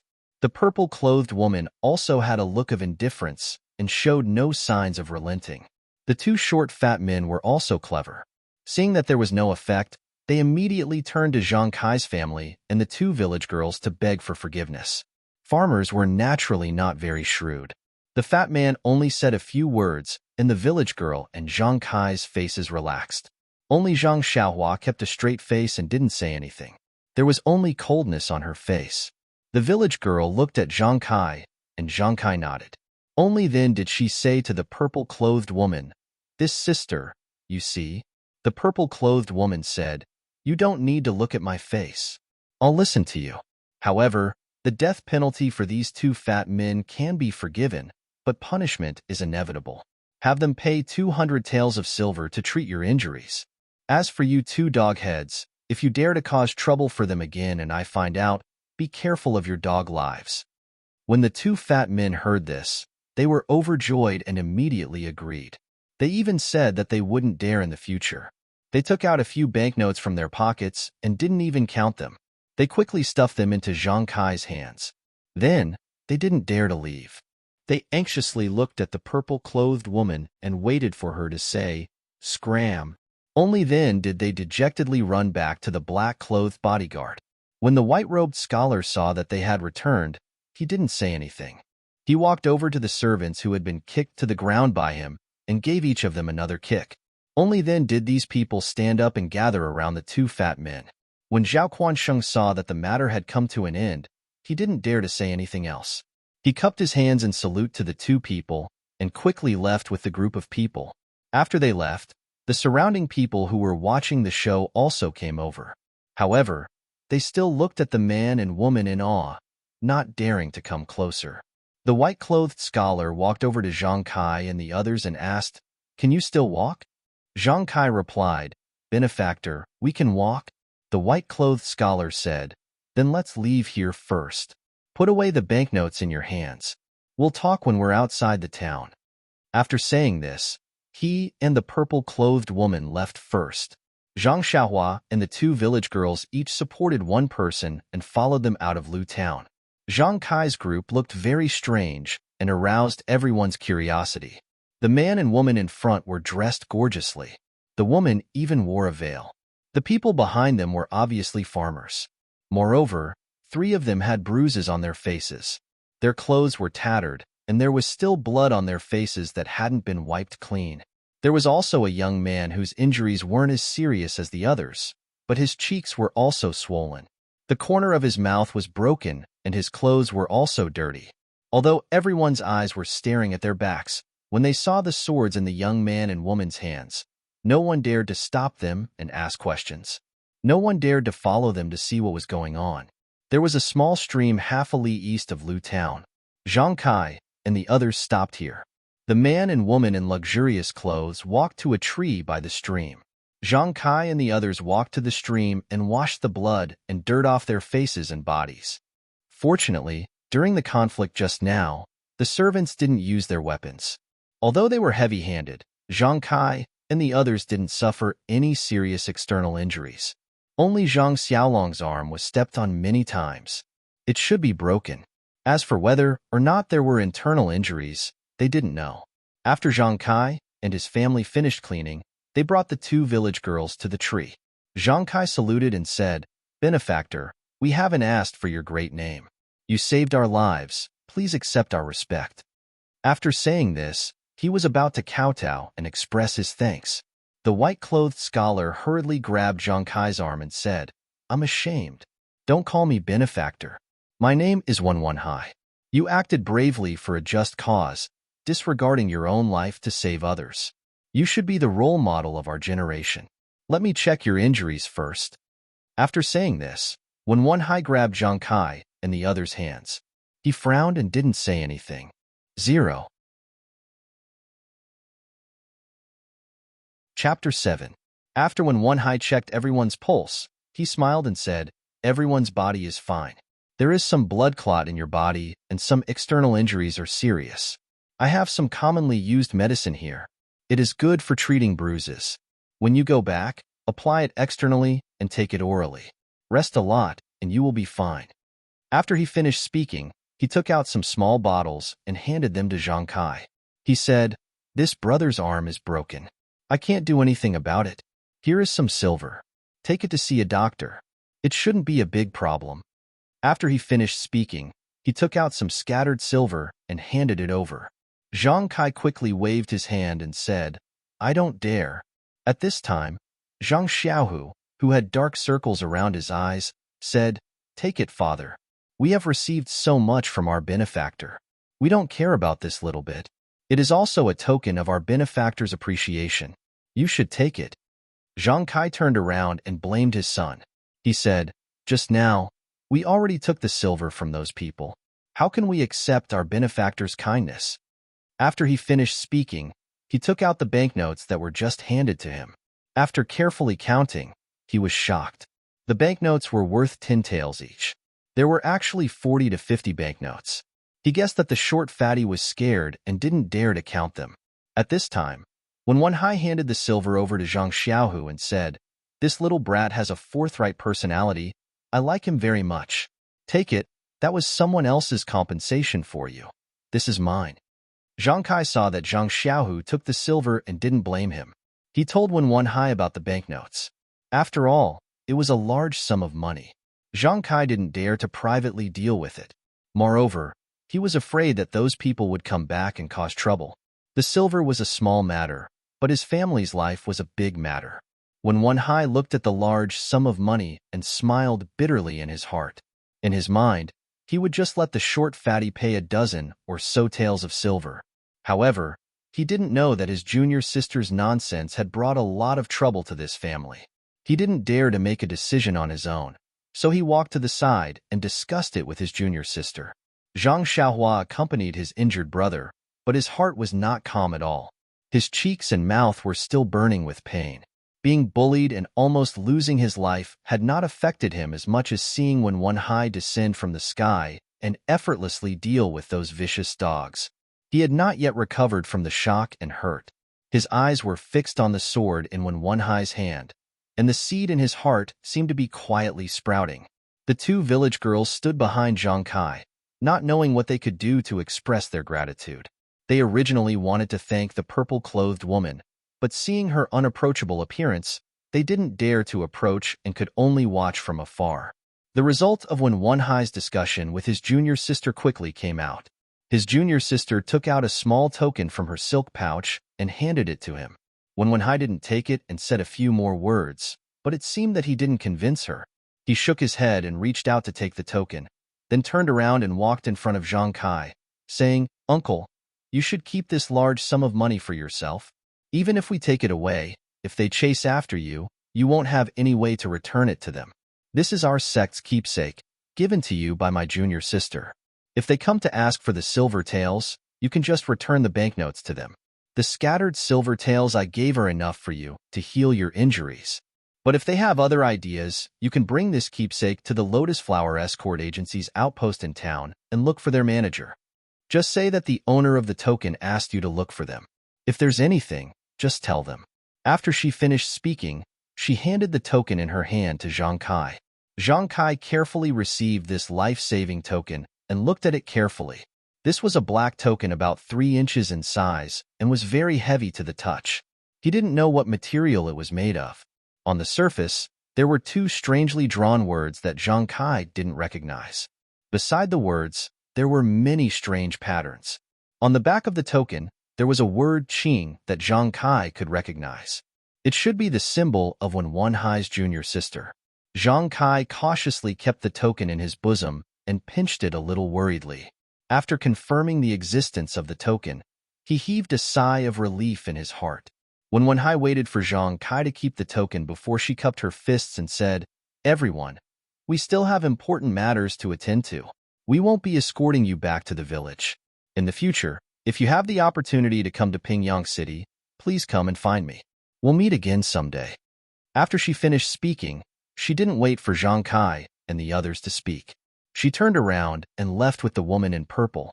Looking at their figures, they seemed normal, but in reality, they were very fast.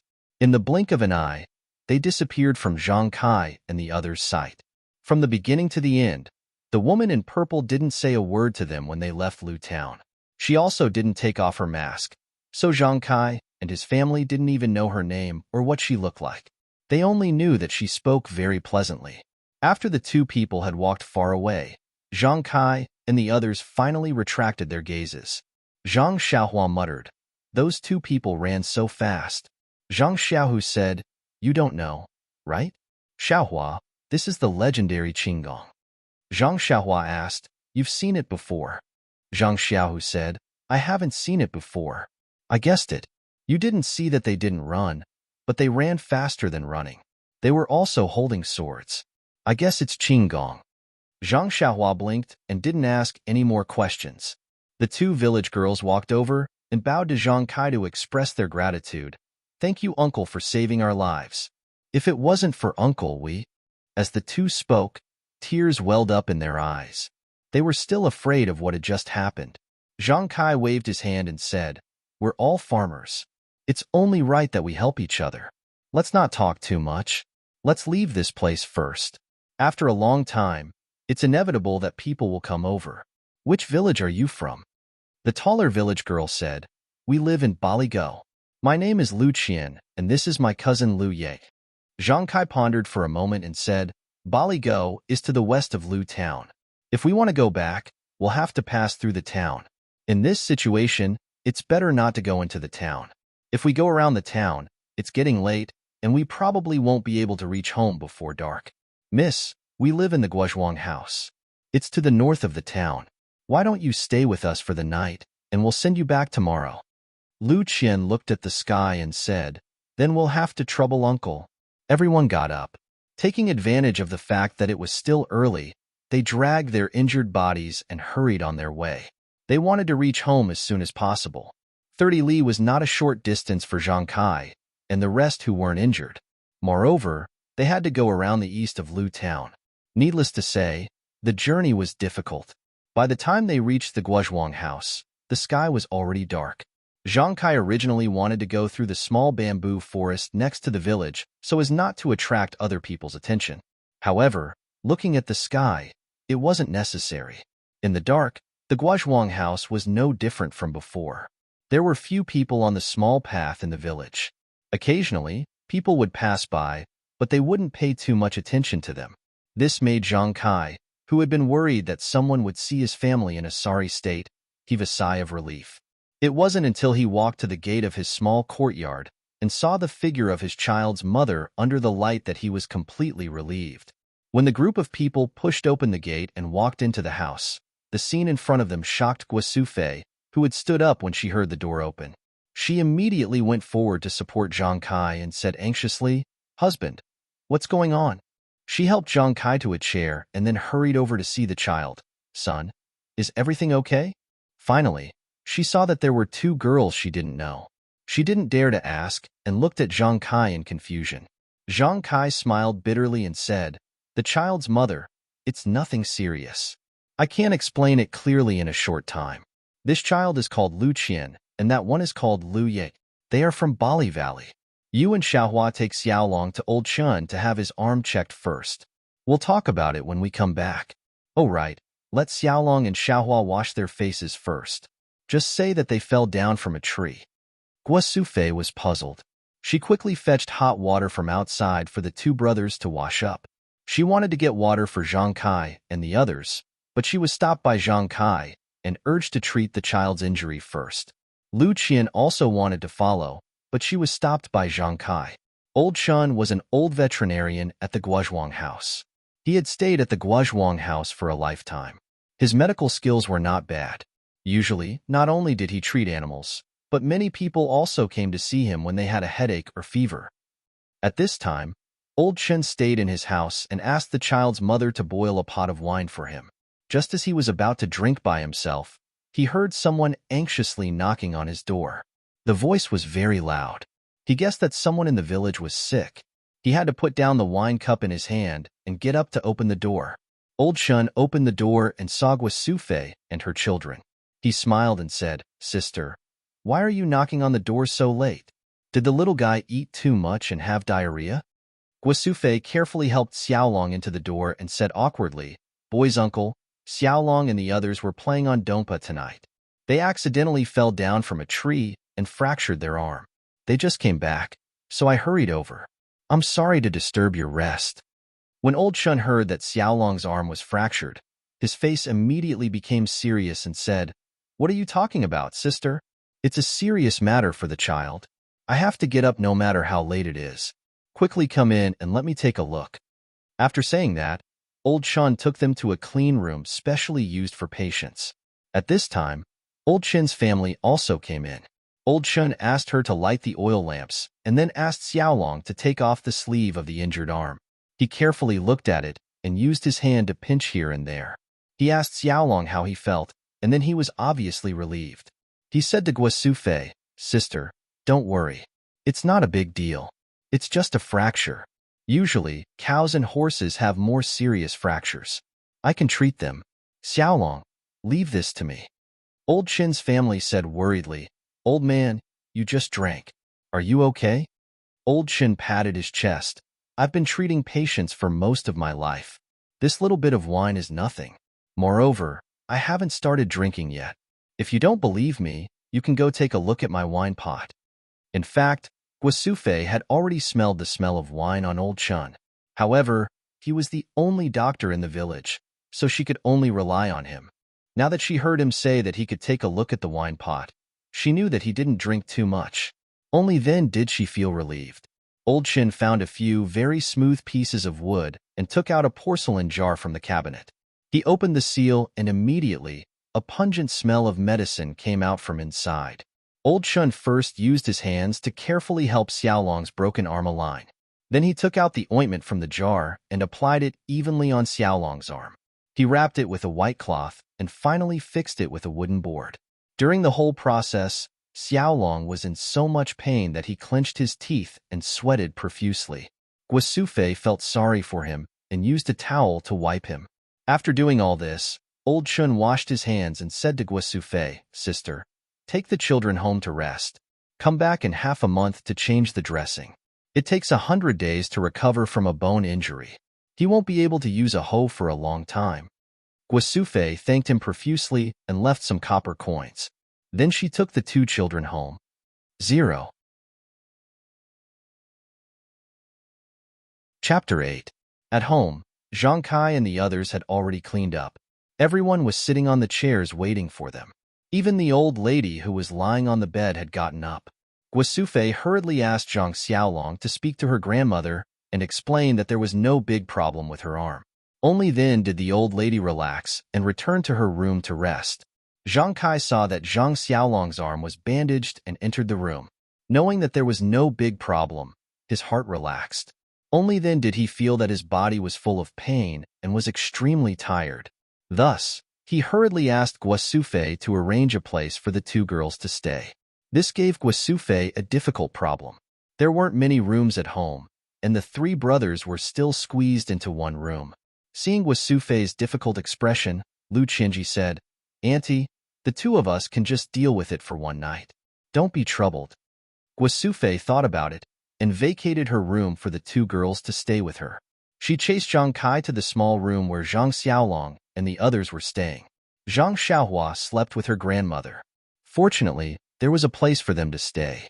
Seeing that the two girls had entered the room to sleep, Zhang Kai took out the medicine that Wen Wanhai had given him and gave it to the three brothers. He also applied external medicine to Zhang Xiaohu and Zhang Xiaohua before letting the three brothers go to sleep.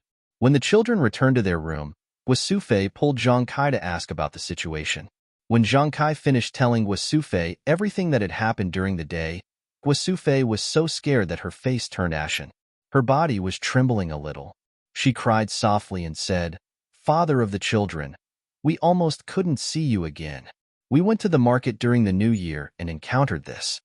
Zhang Kai coaxed her and said, "It's okay. Mother of the children, isn't it all in the past? Hurry up and put away this token and the banknotes. When the sun rises, send the two girls back and give them half." Guasufe said, "There's so much money. We'll never see so much money in our lifetime. Why don't we just return it to them?" Zhang Kai said with a straight face, "We don't know who they are. Moreover, our benefactor is right. If we rashly return it, they might want our lives. The lives of farmers aren't worth anything. At that time, if they come to take it, just give it to them." Guasufe nodded in agreement. After the old couple finished talking, Zhang Kai took the medicine orally and asked Guasufe to apply the ointment for him. He then went asleep in Zhang Xiaohua's place. Guasufe waited for Zhang Kai to lie down, then went to check on the three Xiaolong brothers. They had also fallen asleep, and only then did she return to her room. The two girls in the room were tired after the fright of the day and fell asleep as soon as their heads touched the pillows. When Guasufe came in, they didn't know. Guasufe looked at the two girls' quiet faces and smiled kindly. Then she seemed to have thought of something and became pensive. #160. In the afternoon, after Wen Wanhai left the ointment for Zhang Kai and the others, he and his junior sister used Qinggong to walk for a while. Seeing that they were about to reach the main road, the two of them stopped. Wen Wanhai said, "Junior sister, we're about to reach the main road. We can't use Qinggong anymore. You see, we were busy saving people in the afternoon and left the horses in town.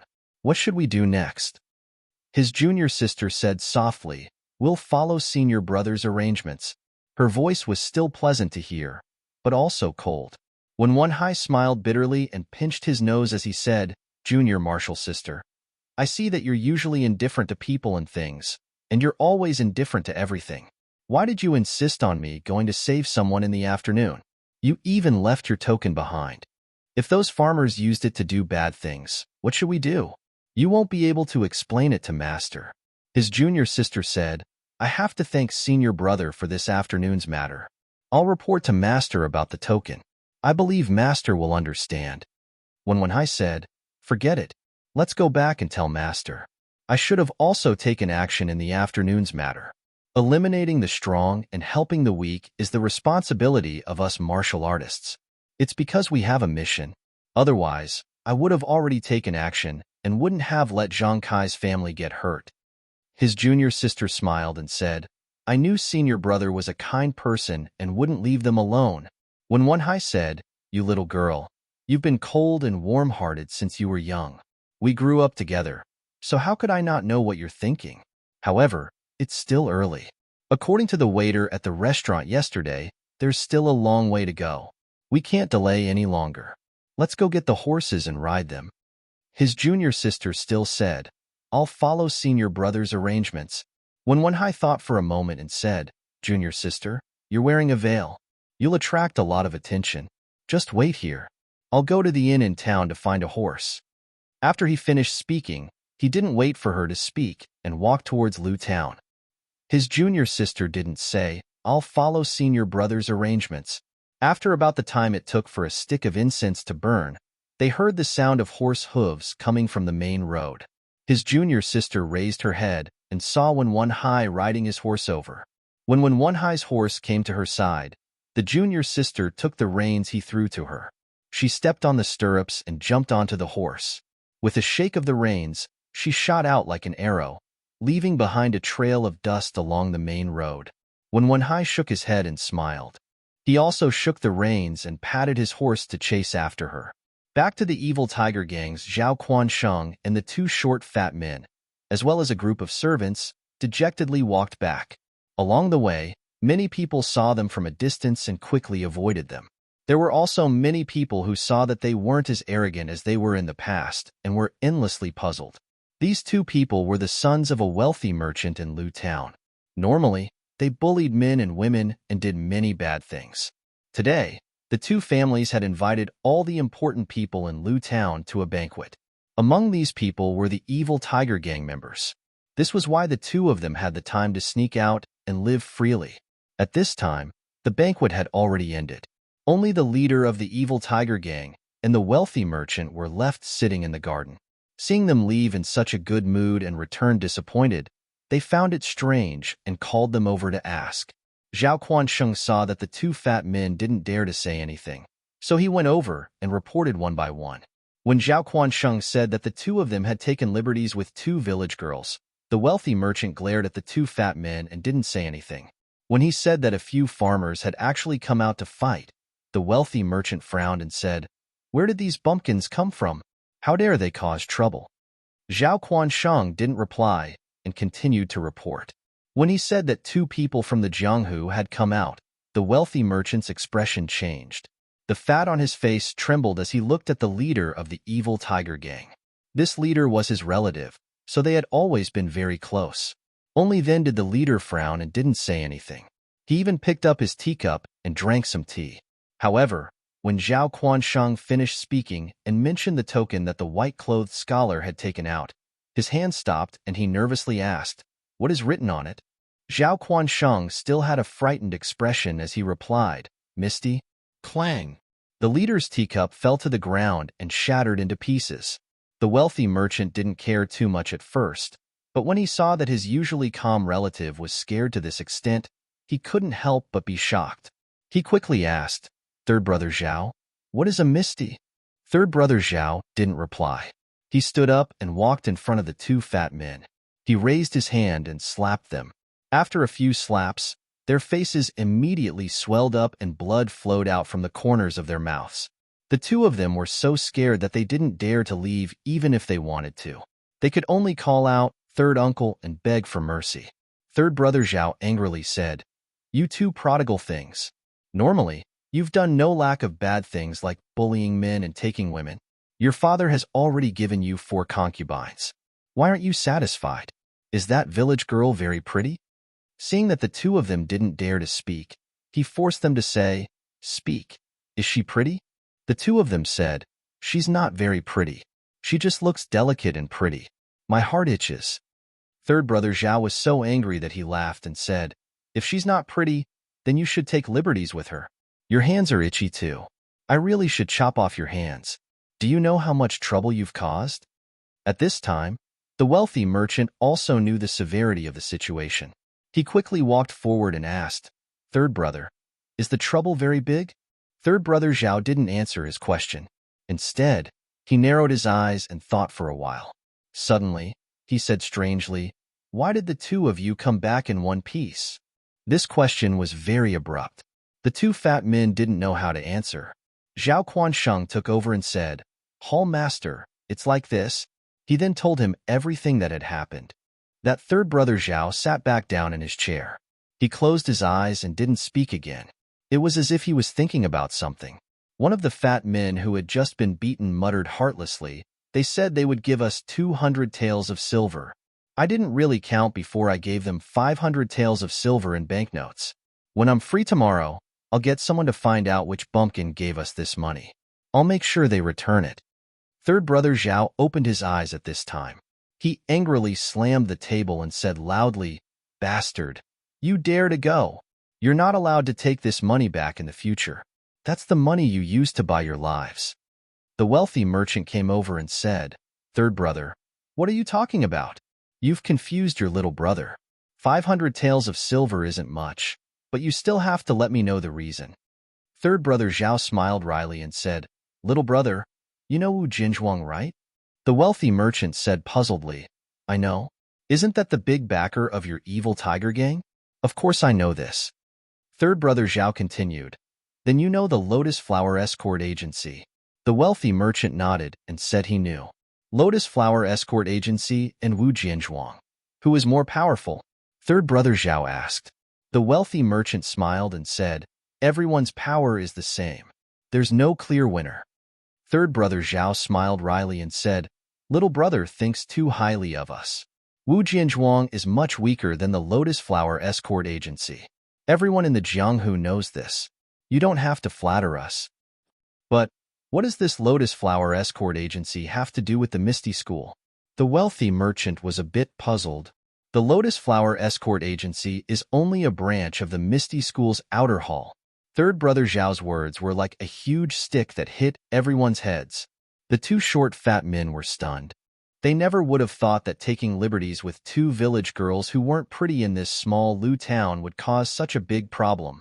Luckily, when Zhao Quanqing asked them to pay the money, although they were extremely unwilling, they still obediently followed his orders. Otherwise, the 2 fat men wouldn't have dared to think any further. Number 160. 0. Chapter 9. The merchant was also dumbfounded. He knew about the Lotus Escort Agency, but he didn't know exactly how powerful they were. However, there was one thing he was extremely clear about, and that was that if the Lotus Escort Agency wanted to wipe out his entire family, it would be as easy as flipping a hand. The merchant sat there thinking about the past and the future, his mind in a complete mess. At this time, Brother Zhao San's voice sounded, "Brother, there's no need to be so pessimistic. Since the 2 nephews have returned safely and have paid the compensation, and the people involved aren't from the Misty School, there shouldn't be any other big issues. However, brother, remember to stop here. Don't go looking for trouble with those people. If the people from the Misty School find out," these words were like gospel. When the merchant heard this, he immediately woke up and said, "I know, Brother Zhao. I can't wait to send them another 5,000 taels of silver. Men, send the 2 young masters back to their courtyard and keep a close eye on them. Tell them not to come out for a month. No, 3 months. Don't lock them in the courtyard yet." Brother Zhao San stopped the merchant's orders. "Don't give them any medicine for their injuries. Just leave them like this. Their faces are swollen. It's best to give them a few more beatings so that they can't walk normally. Tomorrow, Let them eat and drink in restaurants and other places. Let people spread rumors that the two of them took liberties with a village girl and were taught a lesson by you." The merchant was overjoyed when he heard this and gave a thumbs up. "Brother Zhao, good idea. Men, give these two animals 10 beatings." The two pitiful short fat men didn't understand why being beaten was a good idea. They could only curse this cheap uncle in their hearts as they screamed for mercy.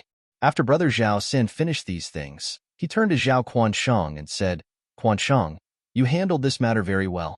I'm extremely satisfied. I'll put in a good word for you in front of the gang leader."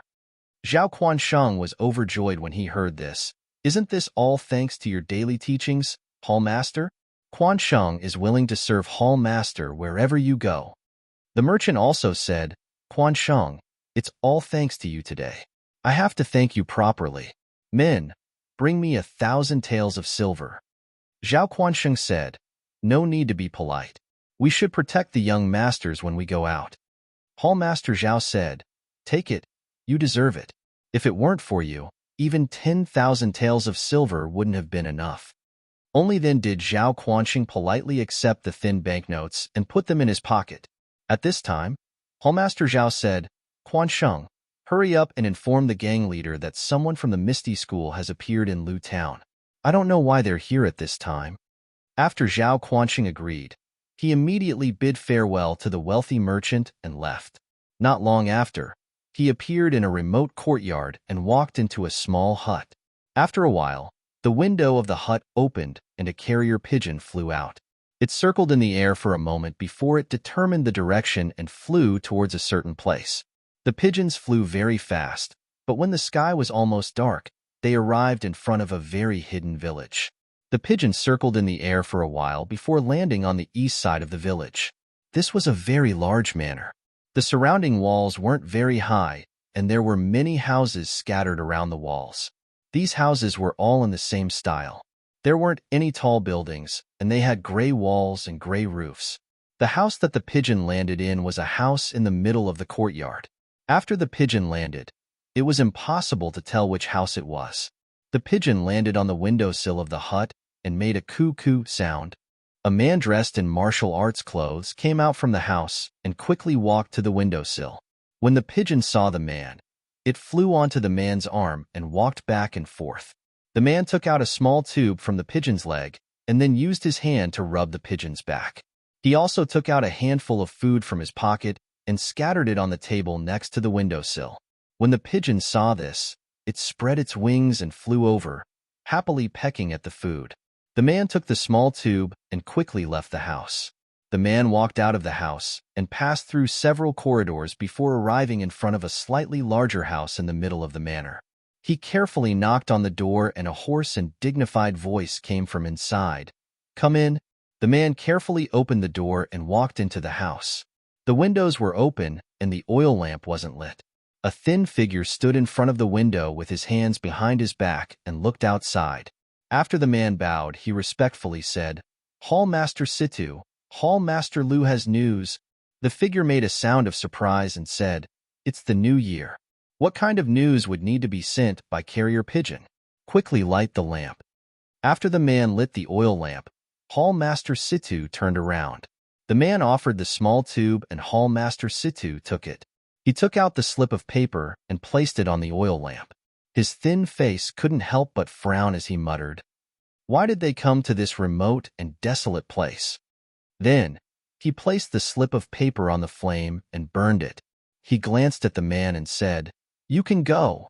The man bowed and quietly left, leaving Hall Master Situ sitting alone in the flickering flame of the lamp. Hall Master Situ knew that he had to let his gang leader know about this news. However, he didn't know where to go. This was because, as early as last night, gang leader had told him that he had something important to do today. When he went to find gang leader this morning, he couldn't find him. Just as Hall Master Situ was guessing gang leader Situ Ping's whereabouts, his cousin, who had always been competitive and not inferior to men, was riding a horse and following behind a young man in embroidered clothes. She whispered to the young man, "Ma, this is the tallest mountain in Lu Town. It's called Stone Man Peak. It got its name because there's a stone on the mountain that looks like a person. If we hurry, we'll be able to enter the mountain in the time it takes for half a stick of incense to burn. However, I don't know where young master wants to go, so I can't tell you the exact time." Ma turned his head and waved the horsewhip. He gently said, "Gang leader Situ, there's no need to be so reserved. Since Manor Head Wong recommended you as a guide, I don't treat you as an outsider. After we finish this matter, I'll definitely reward you. As for the specific location, I'll tell you when we enter the mountain." Situ Ping looked at Ma's gentle jade-like face and elegant eyebrows. She lowered her head and repeatedly said that she didn't dare. She knew that this Ma was someone with a great background. In the past, she had tried to act like a woman in front of Wu Jian Village's Wang Hong. Perhaps it had been useful. However, this was the first time she had met this Ma. Moreover, he had been lukewarm the entire time. How could she dare to act like a woman? She just needed to be alert and cautious. Just like that, the two of them urged their horses forward in the twilight. On the other side of the mountain, Wen Hai and his junior martial sister were also galloping towards the mountain. Seeing that the mountain was nearing, Wen Hai slowly tightened the reins and slowed down the horse. He turned his head and said to his junior martial sister, "Junior martial sister, we're about to reach the mountain. I think we should eat something first and rest for a while. Once we've recovered our energy, we'll be able to deal with the situation in the mountain. Perhaps there'll be a tough battle ahead." The junior martial sister nodded in agreement. The two of them dismounted and rested. They took out the dry rations they had brought with them and ate. After they finished eating and drinking some water, the junior martial sister couldn't help but ask with some worry, "Senior martial brother, this mission is so important. Why didn't Master come personally? No matter what, he should have let the sect leader come. Why did he send the two of us? I really don't know what Master is thinking." When Hai took another sip of water, he looked around and said in a low voice, "Junior martial sister, Master naturally has his own reasons for making such arrangements. Before we set off, he told me in advance that in order to not attract the attention of other sects, the second-generation disciples of the various sects will be sent for this mission. Moreover, there will be an elder presiding over it for us. We'll know the specifics when the time comes. We'll just have to listen to the elder's arrangements. In any case, this is a lucrative mission. If nothing unexpected happens, we'll be able to complete it perfectly. When we return, Master will reward us handsomely." The junior martial sister said, "I originally thought that this place that I've never heard of would be a remote and desolate place with dangerous mountains and rivers. Along the way, there's actually a beautiful scenery. Although we haven't entered the mountain, it feels majestic. I wonder what it's like inside. It's a pity that we can't appreciate anything at night. Otherwise, this trip wouldn't have been in vain." When Hai slapped his forehead, "Junior martial sister actually has such thoughts. Senior martial brother can't compare to you. Could this be the reason why my martial arts aren't as fast as yours?" The junior martial sister didn't answer. He couldn't see her expression under the veil. When Hai said again, "Junior martial sister, it's getting late. You should take off your veil. There's no one around here." The junior martial sister still didn't answer. When Hai was used to this and said to himself, "All right, it seems like it's not too late. Let's get moving. We should be able to arrive at the scheduled time." After the evil Tiger Clan's chief Situ accompanied Brocade Clothes Ma into the mountain, they galloped along for a while. Seeing that they were in front of a mountain, Ma stopped his horse and jumped off. Situ Ping also followed suit. Ma said, "Chief Situ, do you know where Five Claw Peak is?" Situ Ping said, "Of course I know. Five Claw Peak is one of the 5 small peaks next to Stoneman Peak. Because its shape is like a monkey's curved finger, it got its name. There's no road to go to that area. Horses can't go there, so we can only climb these mountains." After Ma heard this, he smiled and let go of his horse's reins. The horse went off on its own, looking for hay. Situ Ping also patted his own horse and put the reins on it. The horse also followed Ma's horse. It seemed like it was used to this. Ma said, "Then I'll have to trouble Chief Situ to lead the way." Situ Ping didn't stand on ceremony. He cupped his hands and used his qinggong to climb up the mountain. Situ Ping raised her Dantian Qi and ran for the time it took to burn 2 sticks of incense in one breath. Gradually, she felt a little weak and tired. At this time, she heard Ma's gentle voice in her ear, "Chief Situ, It's still early now. We can get there at midnight. Why don't we take a few steps to recover our energy? What do you think? Situ Ping listened to this voice that was neither fast nor slow. He didn't seem to be out of breath at all. Without looking back, she knew that Ma was strolling behind her. She secretly sighed in her heart that the reputation of being a disciple of a famous sect was not in vain. She said, "Thank you for your kindness." Then she stopped and walked slowly on the small path on the mountain. Ma caught up with her from behind and walked side by side with her. He asked as they walked, "Chief Situ, have you been to Five Claw Peak before?" Situ Ping said, "I've been here before. In the summer, the climate in the mountains is cool. We often come here to avoid the heat. The spring in Five Claw Peak is the best. We sometimes spend the night there." Ma nodded and then asked, "Is there anything strange about Five Claw Peak?" Situ Ping said in surprise, "You've been here before? How do you know that there's something strange about Five Claw Peak?" Ma said with a smile, "If I've been here before, I wouldn't have troubled Chief Situ to lead the way." Situ Ping said embarrassedly, "I was just surprised. Please don't blame me." Speaking of Five Claw Peak, the scenery was not much different from Stoneman Peak. The spring water was indeed much sweeter than the other peaks. The strange place was the peak on the ring finger. Halfway up the mountain, there was a forest of wild jujubes. The area was frighteningly large. Very few people went there. Not many people who made a living in the mountains near Stoneman Peak could go there. However, according to the people who went there were man-eating beasts in the forest. Someone once went there to pick wild jujubes and never came out again. Therefore, very few people had the courage to go there. Moreover, wild jujubes were not something precious. Over time, people stopped coming there. 2 years ago, I brought my brothers here once. In order to scout the way, we let a wolf dog in. However, it did not come back. We did not dare to go too deep and went back after scouting the periphery. Situ Ping didn't hide anything from young Master Ma regarding the matters of the faction and spoke leisurely. Hearing this, young Master Ma was very satisfied and said, "It's good that Chief Situ knows about that place. In a moment, I'll have to trouble you to bring us there." Situ Ping was stunned. "You? Ma, is there anyone else?" Ma said with a smile, "Of course there are others. However, we'll go to the first peak of Five Claw Peak first and wait for them there. Chief Situ, if you've rested enough, let's go." Situ Ping said, "Yes, young master. Please follow me." 0. Chapter 10. It was very quiet in the mountains at night. There weren't many birds and insects chirping. Occasionally, a wolf howl would come from somewhere and cut through the darkness, showing the danger of the wilderness.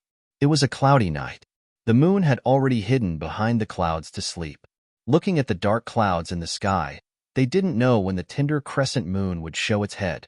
Fortunately, Situ Ping and Ma were martial artists and had sharp eyesight. It was only because of this that they were able to walk in the dark night as if they were flying. When they came to the front of Five Claw Peak, there was a dead silence in front of them. They could only hear the wind blowing. Five Claw Peak's thumb mountain was a short and fat peak. In the dark night, they couldn't see how high it was.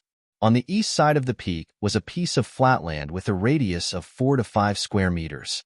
The terrain was very flat. The ground was full of fallen leaves and withered grass. When they stepped on it, there was a rustling sound.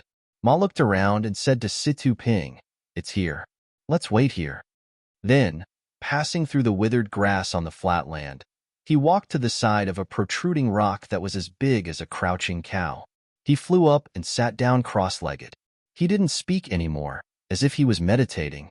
Situ Ping also followed him to the side of the rock. However, she didn't jump on the rock. Instead, she stood leaning on the rock. Her hand held the sword at her waist. Her eyes looked around, observing this familiar place and this strange night. The wind blew like this.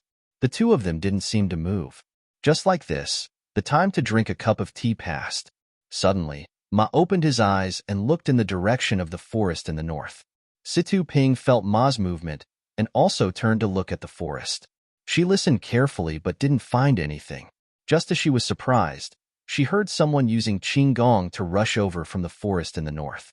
Situ Ping couldn't help but sigh in her heart as expected of a disciple of a famous sect. After a while, the people in the night arrived in front of them. It was Wenhai and his junior sister.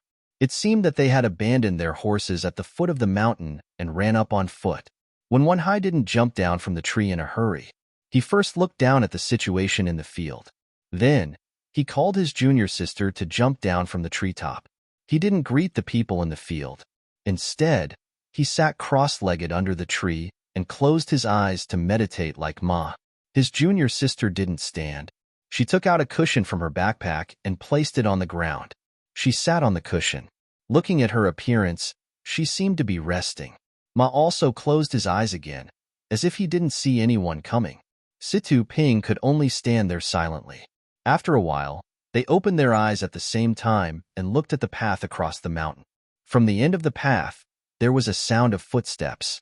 In this quiet wilderness where only the sound of the wind could be heard, these ordinary footsteps seemed a little strange. The footsteps were neither fast nor slow.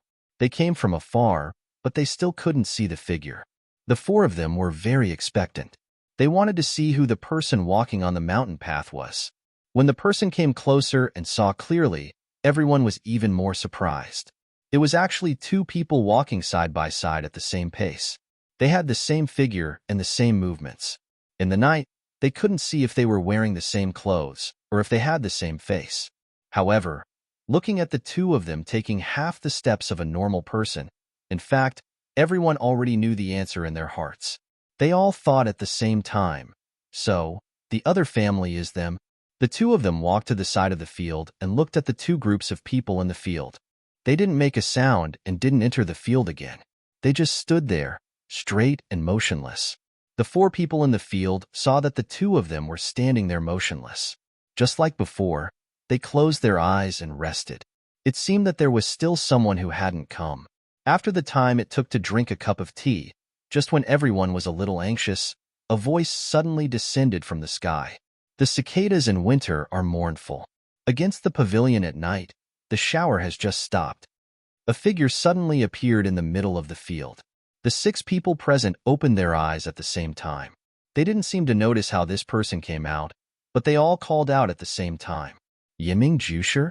They only saw that the person who had just arrived had a tall stature.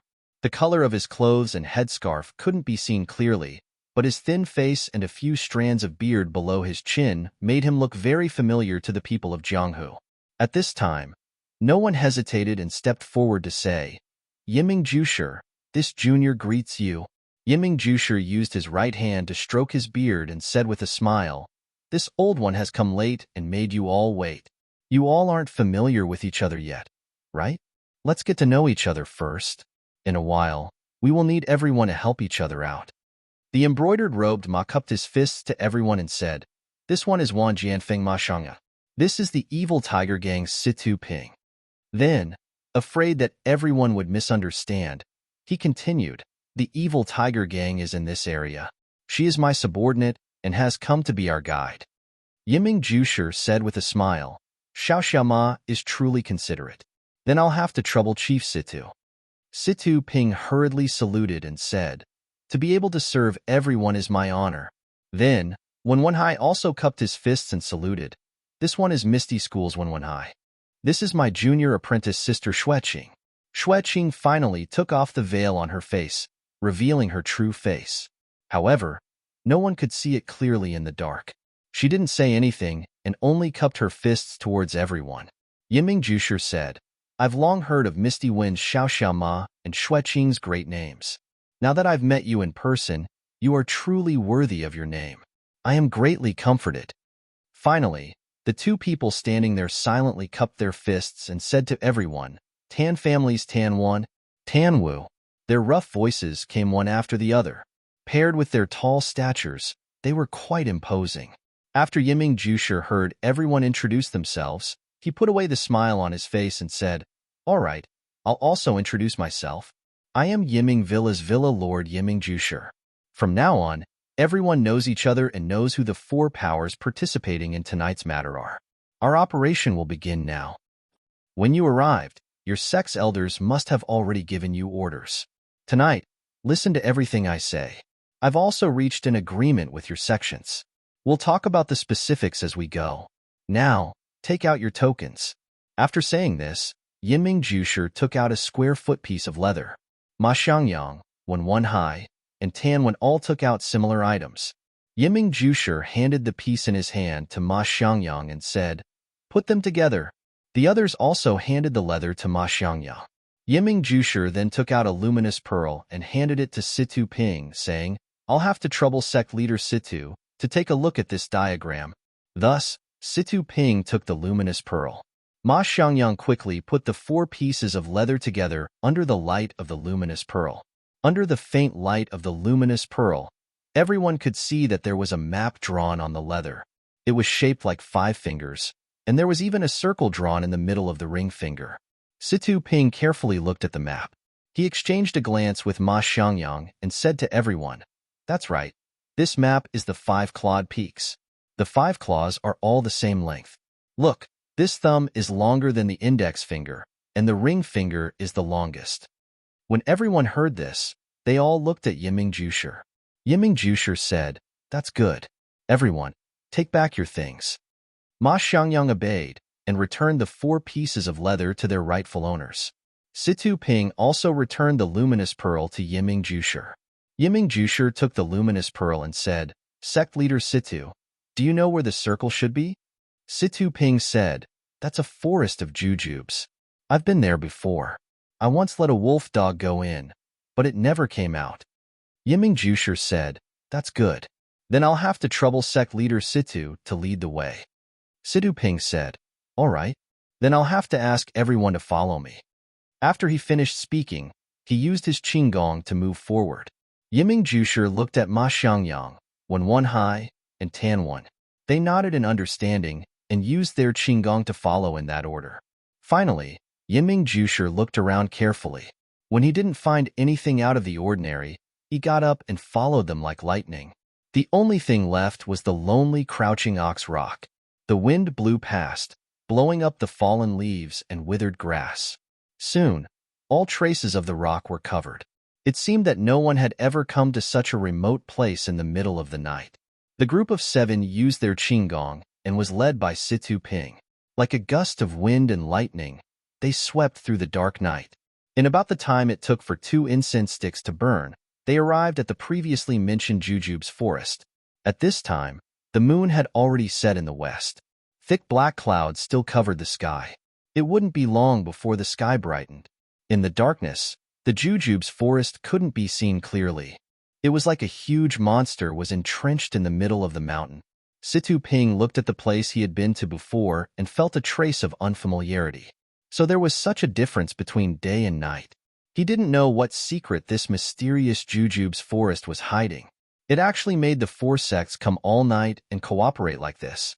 Situ Ping stopped and waited for everyone to arrive. He said to everyone, "Everyone, this is the Jujube's forest marked by the circle on the map. According to the height, it should be here." Yinming Jusher said, "It should be correct." After he finished speaking, he didn't go forward to look. Instead, he sat down on the ground.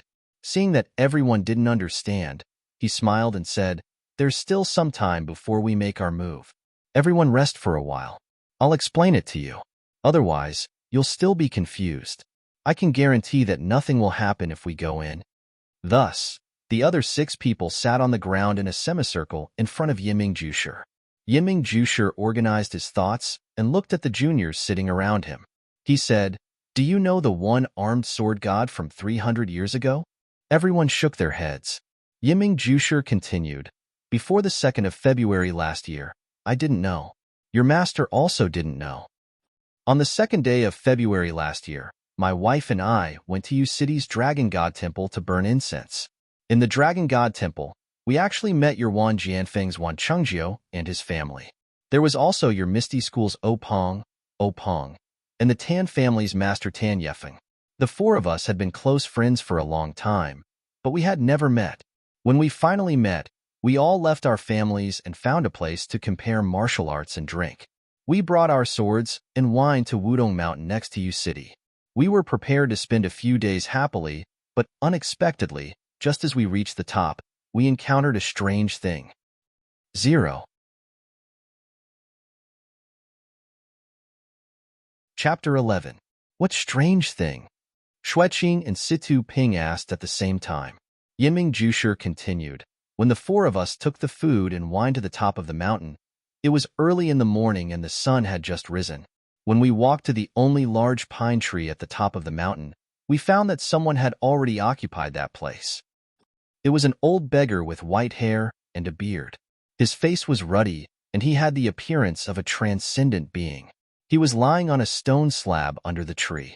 When the rising sun shone on his body, he looked like an immortal. Yiming Jushi narrowed his eyes and spoke slowly, as if he was reminiscing about the past. But his clothes were ragged, and he looked like a beggar. We thought that he was an elder of the beggar sect, but he didn't carry a cloth bag. When the old beggar saw us walk over, he asked, "Do you know martial arts?" We all nodded and said yes. Then he asked, "Do you have wine and meat?" We nodded and said yes. He then said, "Bring the wine and meat over." At that time, I was the one who was holding the wine and meat. I listened to him and gave him the wine and meat. When the old beggar saw the wine and meat, his eyes lit up. It was no less than the sunlight shining on his body. After the old beggar took our wine and meat, he didn't stand on ceremony and wolf them down. Strangely enough, the four of us just watched him eat and drink until he finished all the wine and meat. Then he wiped his mouth and said, "Good wine and good meat. I didn't waste this life." Then he said to me, "You're not bad." Then he said to the other three, "You're not bad either." Then the old beggar took out a piece of leather from his bosom and tore it into 4 pieces with his bare hands. He casually tossed one piece to each of us. I took my piece and was about to open it when the old beggar took out a small book from his bosom and tossed it to me. After doing this, he lay back down on the stone and closed his eyes, ignoring us. The few of us were completely baffled. We opened the leather in our hands and carefully examined them. They are the ones you are holding now. However, we still couldn't figure it out. Thus, I opened the booklet again. The more I read, the more shocked and excited I became. When everyone saw my surprised expression, they knew that they had encountered something good. After I finished reading, your masters also read it. Only then did we know that we had picked up a treasure. According to the booklet, this piece of leather is a treasure map left behind by a swordsman named Chuda 300 years ago. The place where the treasure was hidden is the jujube forest in front of us. Chuda obtained this treasure map and found the sword manual and medicine here. After that, he lived here in seclusion and practiced his swordsmanship for more than 10 years before becoming a Jianghu swordsman. After Chudu achieved great success in his martial arts, he did not take the sword manual and medicine with him. He left them here, waiting for a fated person in the future. The booklet also explained how to use the leather and the time to enter the treasure trove. To tell the truth, at that time, the four of us were immediately excited and wanted to find this place to take the treasure. However, after looking at the time, we realized that we only had the opportunity to enter on the 15th day of the first month of each year. Only then did we calm down. Yiming Jushi looked at the gradually darkening sky and continued, "To tell the truth, when we saw this huge meat pie fall on our heads, we felt dizzy at first. When we woke up, we felt that it was too inconceivable. However, the old beggar was still lying on the stone. We were full of questions and waited for him to wake up. However, we soon discovered that the old beggar was not asleep. He was not breathing at all. The four of us checked and found that he had indeed passed away. Therefore, after we buried him, we discussed the matter of taking the treasure.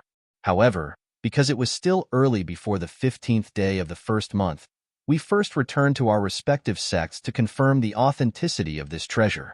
Moreover, we also planned the details of taking the treasure. We also agreed on the time and place of our next meeting. When we met again, we each took out the information we had collected. It turned out that 300 years ago, there was a one-armed swordsman in Jianghu. His name was very ordinary, called Chuda. His martial arts were very high, and he was an upright person. At that time, there were often rumors about him eliminating evil and bringing peace to the people. However, no one knew his origin. Everyone tried their best to find out about his sect and origin, but it was to no avail. This Chuda never sparred with others because, according to him, his sword moves were all killing moves. Once he made a move, there would be blood. He could not be used for sparring. Moreover, he was not famous. Although his martial arts were very high, no one could compare him to the top few in Jianghu. However, according to Taoist master Qing Mao, who was the first in martial arts at that time, he saw Chu Da's swordsmanship and felt that he could not compare to Chu Da's indomitable sword intent. After hearing this, the entire Jianghu was in an uproar and no one dared to provoke Chu Da. However, there were also people who wanted to be famous who pestered Chu Da and requested to spar with him. Chu Da avoided all of them. Until one day, Chu Da encountered the second most powerful swordsman in Jianghu who was massacring a village. In a fit of righteous indignation, he killed the swordsman with his sword. From then on, his ears were quiet and no one came to court death. Yunzhou, where Chu Da lived, was called Pingyang City 300 years ago. There was no one in Jianghu who dared to run amok there. Actually, what we coveted the most was not his martial arts. As for the sword manual, only the people from Wanjianfeng would covet it. Yiming Jusher said to Ma Xiangyang with a smile, "We found out that this Chu Da actually lived to be 120 years old." The 6 young people who were listening to the story all cried out in surprise. The people of Jianghu could not be compared to ordinary people. They lived their lives on the edge of the blade. It was inevitable that they would have internal and external injuries. When they were young, it was not a big problem. However, in their later years, they would show their prowess. Unless they practiced profound internal strength, very few people lived to be 80 years old. Therefore, it was a miracle that this Chu Da could live to be 120 years old. At this time, the eyes of the few young people lit up. They were all wondering if they could find life-prolonging medicine in the forest. In fact, most of them had the same attitude towards secret manuals. They could not even finish practicing their own martial arts, so how could they have the time to practice something from another sect? Besides, even if it was a top-notch martial art, didn't it still require time and sweat? Everyone present was not young, and their meridians had already formed. If they were to practice it again, it would be half the result with twice the effort. Who would be stupid enough to do such a thing? They might as well get some personal benefits. If they could live for 10 more years, that would be 10 more years of enjoyment. They could also practice martial arts for 10 more years. Wouldn't that be better than any top-notch martial art? Of course, if there were any top-notch sword manuals, they could bring them back to their own sect. It could be considered as contributing to the development of the sect. When the time came, it would be recorded in the sect's ancient records, and their names would go down in history. As they thought about it, it was as if they could see each other's saliva. Yiming Jusher saw the expressions of the young people and smiled. He continued, "Therefore, the 4 of us continued to discuss the matter of treasure hunting and obtaining. We also assigned different people to search for similar terrains according to our respective powers. The heavens do not disappoint those who work hard. As early as 2 months ago, we finally found this Stone Man Peak. Finally, according to our previous discussion, in order to not attract the attention of other sects, the few of them will stay in their own sects and only send out their outstanding second-generation disciples. Even the head disciple and other disciples who might attract the attention of others will not be sent out.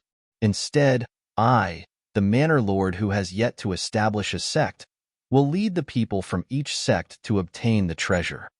Of course, you are all reliable members of the sect. You are all the confidants of the head disciple. Before coming, we all discussed that if you have any fortuitous encounters in the treasure trove, it will all belong to you." Immediately, everyone's expressions brightened. They finally understood why their master had sent them and not anyone else. Yiming Jusher continued, "Now, let's talk about the most important thing, the method of distribution of the treasure." When everyone heard this, their expressions froze as they listened attentively. If the treasure can be divided equally, then it will be divided equally. If there is a difference, then we will divide it equally.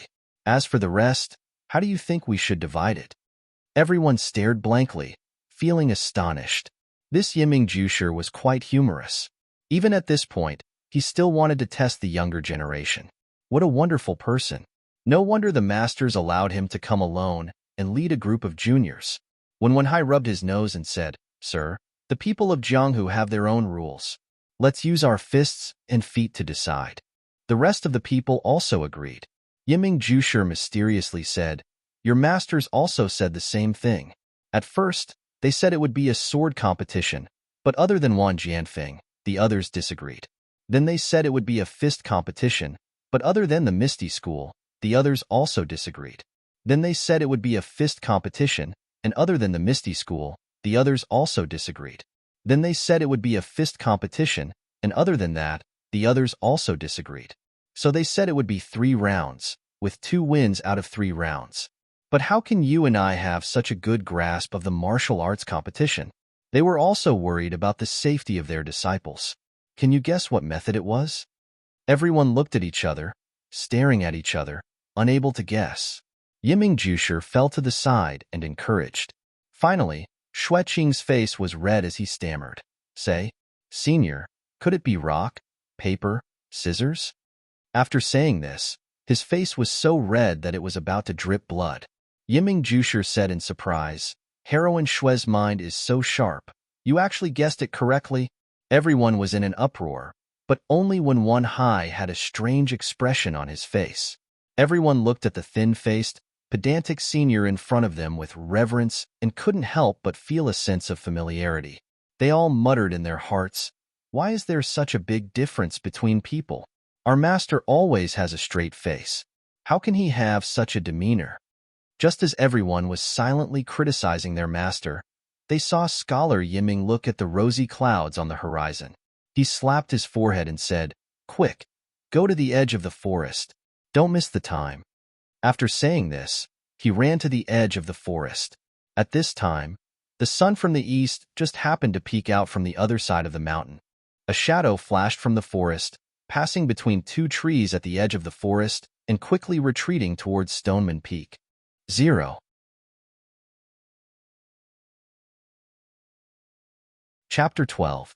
Zhang Xiaohua opened his eyes at the same time as the first ray of sunlight shone onto the wild jujube forest.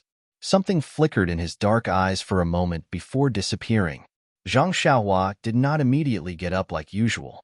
Instead, she laid down on the Kong bed and closed her eyes again. Her swollen cheeks were no longer as painful as last night. If she didn't purposely tug at the corners of her lips, it wouldn't hurt anymore. The wounds on her body were slowly healing. But what about the wounds in her heart? Zhang Xiaohua's mind flashed back to yesterday's events. Father's decision to stop Big Brother from going forward was not wrong. Father was also right. Things that were beyond one's ability, one should not interfere. Hot-blooded impulses could lead to death. It was not wrong for Big Brother to step forward and stop them. Although Miss Liu had only met us once, we had helped each other in the past. Even if she was a stranger, if he had not intervened when he saw her being dragged away and defiled by ugly people, this matter might have become a thorn in his heart that he would never be able to pull out in his lifetime. Thinking about the surrounding people, the numb, happy, and sympathetic faces, did they not want to go forward to stop them? Then, he thought of the 2 short fat men and a group of servants who were like vicious dogs. They were so arrogant and domineering that they did something outrageous in front of so many people. She thought about how her father and 2 elder brothers were trampled under the feet of others, and the miserable state of their fists and feet. Perhaps those evil servants didn't want to take their lives, but only took pleasure in it. They used their bodies as tools to amuse themselves and let their blood ignite their excitement. However, what if those evil servants wanted to take their lives? Would they be able to escape?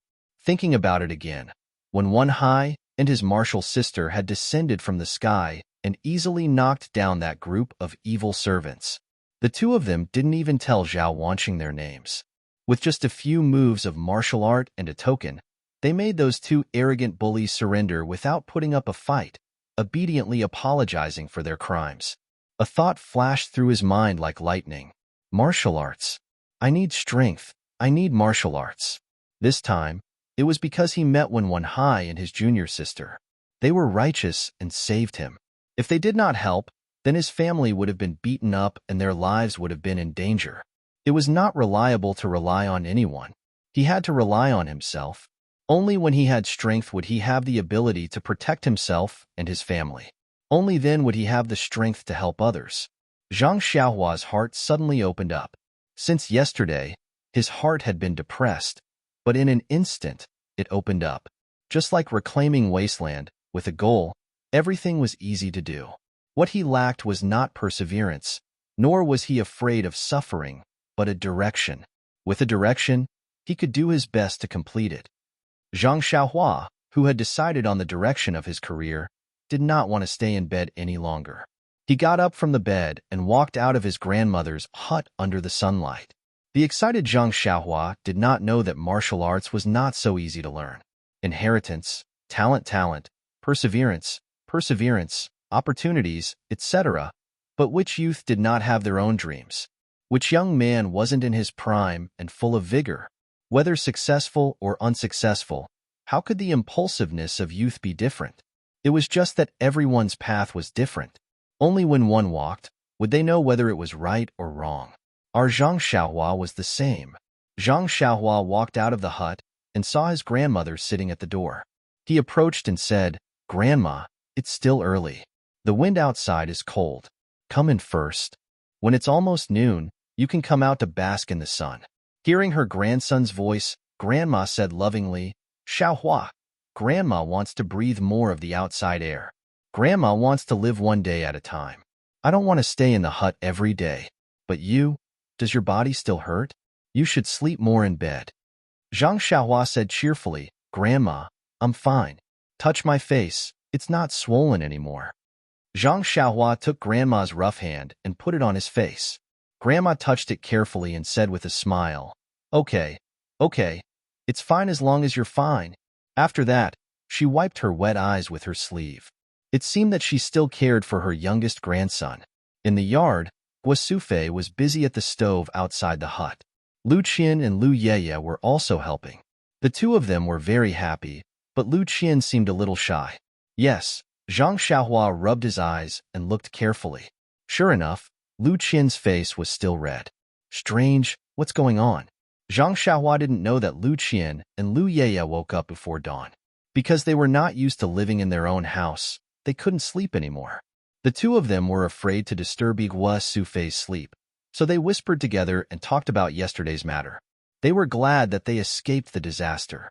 Lu Qian's heart was especially grateful to Zhang Xiaolong. If he didn't rush to stop them in time, they would be dragged into the alley by the two bullies. What's more, Zhang Xiaolong was unarmed and used his own body to protect the two weak women. Although he was seriously injured, he still had a determined expression on his face, which was deeply engraved in her heart. Not long after, Guosufei also woke up. She listened to the two girls talking and didn't disturb them. Seeing that the sky was about to brighten, she coughed a few times and sat up. The two girls also quickly got up. Last night, Guosufei was worried about her family's injuries, and the light was not good. She didn't look at the two girls carefully. Now, the sky was bright, and her family's injuries were stable. Only then did she have the opportunity to look at the two girls. The two girls were very beautiful, and their figures were good. Although they were different in height, each of them had their own merits. However, if they didn't have some beauty, how could they be molested in the street? Then, Zhang Xiaolong's mother began to ask all sorts of questions about the two girls. Only then did she know that there were only 3 people in Lu Qian's family, her father and brother. Her mother had died of illness a few years ago. Lu Qian's father was a teacher, and her brother was also a weak scholar. The family didn't have much land, and they only relied on teaching to make a living. They were respected in the village. Lu Yeye was Lu Qian's cousin. Her father was a butcher, and he was the brother of Lu Qian's father. They lived in the same village. Lu Yeye's parents were both alive, and she was the only daughter in the family. Yesterday, Lu Qian's family had guests. Her father and brother accompanied the guests, and Lu Yeye's father was busy with his own business. There was no one to accompany the two sisters to the market. The 3 women said a lot of intimate words. Guosufei even asked the 2 girls if they were engaged, and both of them said no. Lu Yeye didn't feel anything, but Lu Qian's face was red. Guosufei looked at Lu Qian's shy expression, and her heart was overjoyed. At dawn, Guosufei got up and was busy with breakfast. The 2 girls also came to help. After a while, Lu Qian's blush still hadn't faded, and Zhang Xiaohua saw a clue. Zhang Xiaohua walked to the front of the stove and said, "Good morning, two sisters. It was a very ordinary greeting, but Lu Qian heard the sensitive sister. She felt that her thoughts were read by this little brother, and her blush rose to her eyebrows. Lu Yaya happily replied, "Good morning, little brother." Zhang Xiaohua asked about her father and brother. Guosufei said that she had already gone to see them, and there were no changes. The injuries on the outside were lighter, and they hadn't recovered yet. She estimated that they would wake up in a while. While they were talking, Zhang Kai came out of the house. He was holding a wooden stick as a crutch, and he was limping. It seemed that his right leg wasn't very comfortable. Guosufei and Zhang Xiaohua went to greet him. Zhang Xiaohua brought a chair for her father in the courtyard and let Zhang Kai sit on it. He stretched his waist, and his waist hurt so much that he gritted his teeth. Lu Qian and Lu Yaya went forward to greet him, and Zhang Kai repeatedly said that there was no need. Then he said, "The two girls didn't come back last night, so your family must be worried. The few of us men are injured, and Xiaohua alone can't escort you back. I think we should let Xiaohua and the people in the village bring a letter to your family and let them come and pick you up. What do you think?" Lu Qian and Lu Yaya looked at each other and nodded in agreement. After that, Zhang Kai and Zhang Xiaohua went to the village to find an adult man. The two of them went to Balagu together to bring a letter to Lu Qian and Lu Yaya's family. Balagu was southwest of the Guozhuang house, and it was quite far away. When Zhang Xiaohua and the others arrived at Balagu, it was already noon. Balagu was a village built in the middle of two mountains. From the outside, it looked very big and was 4 to 5 times the size of the Guozhuang house. There were many people in the village, and it was quite lively. When Zhang Xiaohua walked to the village entrance, someone had already seen her and asked her who she was looking for. Zhang Xiaohua said that she was looking for the teacher, Mr. Lu. That person's face was full of vigilance, but seeing that Zhang Xiaohua was dressed worse than him, and the honest farmer behind her, he still asked, "Where are you from? Why are you looking for Mr. Lu?" Zhang Xiaohua said, "We are from the Guozhuang house, and we are here to bring Mr. Lu news of Sister Lu Qian and Sister Lu Yaya." That person was overjoyed when he heard this and said, "Is that so? Good, come with me quickly." After that, he brought Zhang Xiaohua and the others to a tidy little courtyard. Before they reached the door, they heard him shout loudly, "Mr. Lu, Butcher Lu, news of your daughter has arrived." They heard a loud and clear voice ring out from the courtyard. "Ah, the robbers have sent a letter. I want to see which bastard did this good deed." Following the voice was a burly man who was 2 heads taller than Zhang Xiaohua. He jumped out from the courtyard and grabbed Zhang Xiaohua's neck, saying, "Where are you robbers from? Speak, speak." Zhang Xiaohua was grabbed so tightly that she couldn't breathe properly, and her face was red. How could she speak? The man who came with Zhang Xiaohua and the person who led the way were about to dissuade them, but another person came out from the courtyard and said, "Second brother, you can't be so rash. Look at this little guy. His expression, his clothes. Does he look like a robber? Even if he is a robber, you should let him speak." That burly man smiled and let go of his hand, saying, "Big brother, aren't I just worried about my daughter's safety? Don't you know how to be anxious?" Zhang Xiaohua took a few deep breaths, and her complexion slowly returned to normal. Looking at the two people, she knew that the person behind was Lu Qian's father, Mr. Lu, and the one who grabbed her just now should be Lu Yaya's father, Butcher Lu. 0.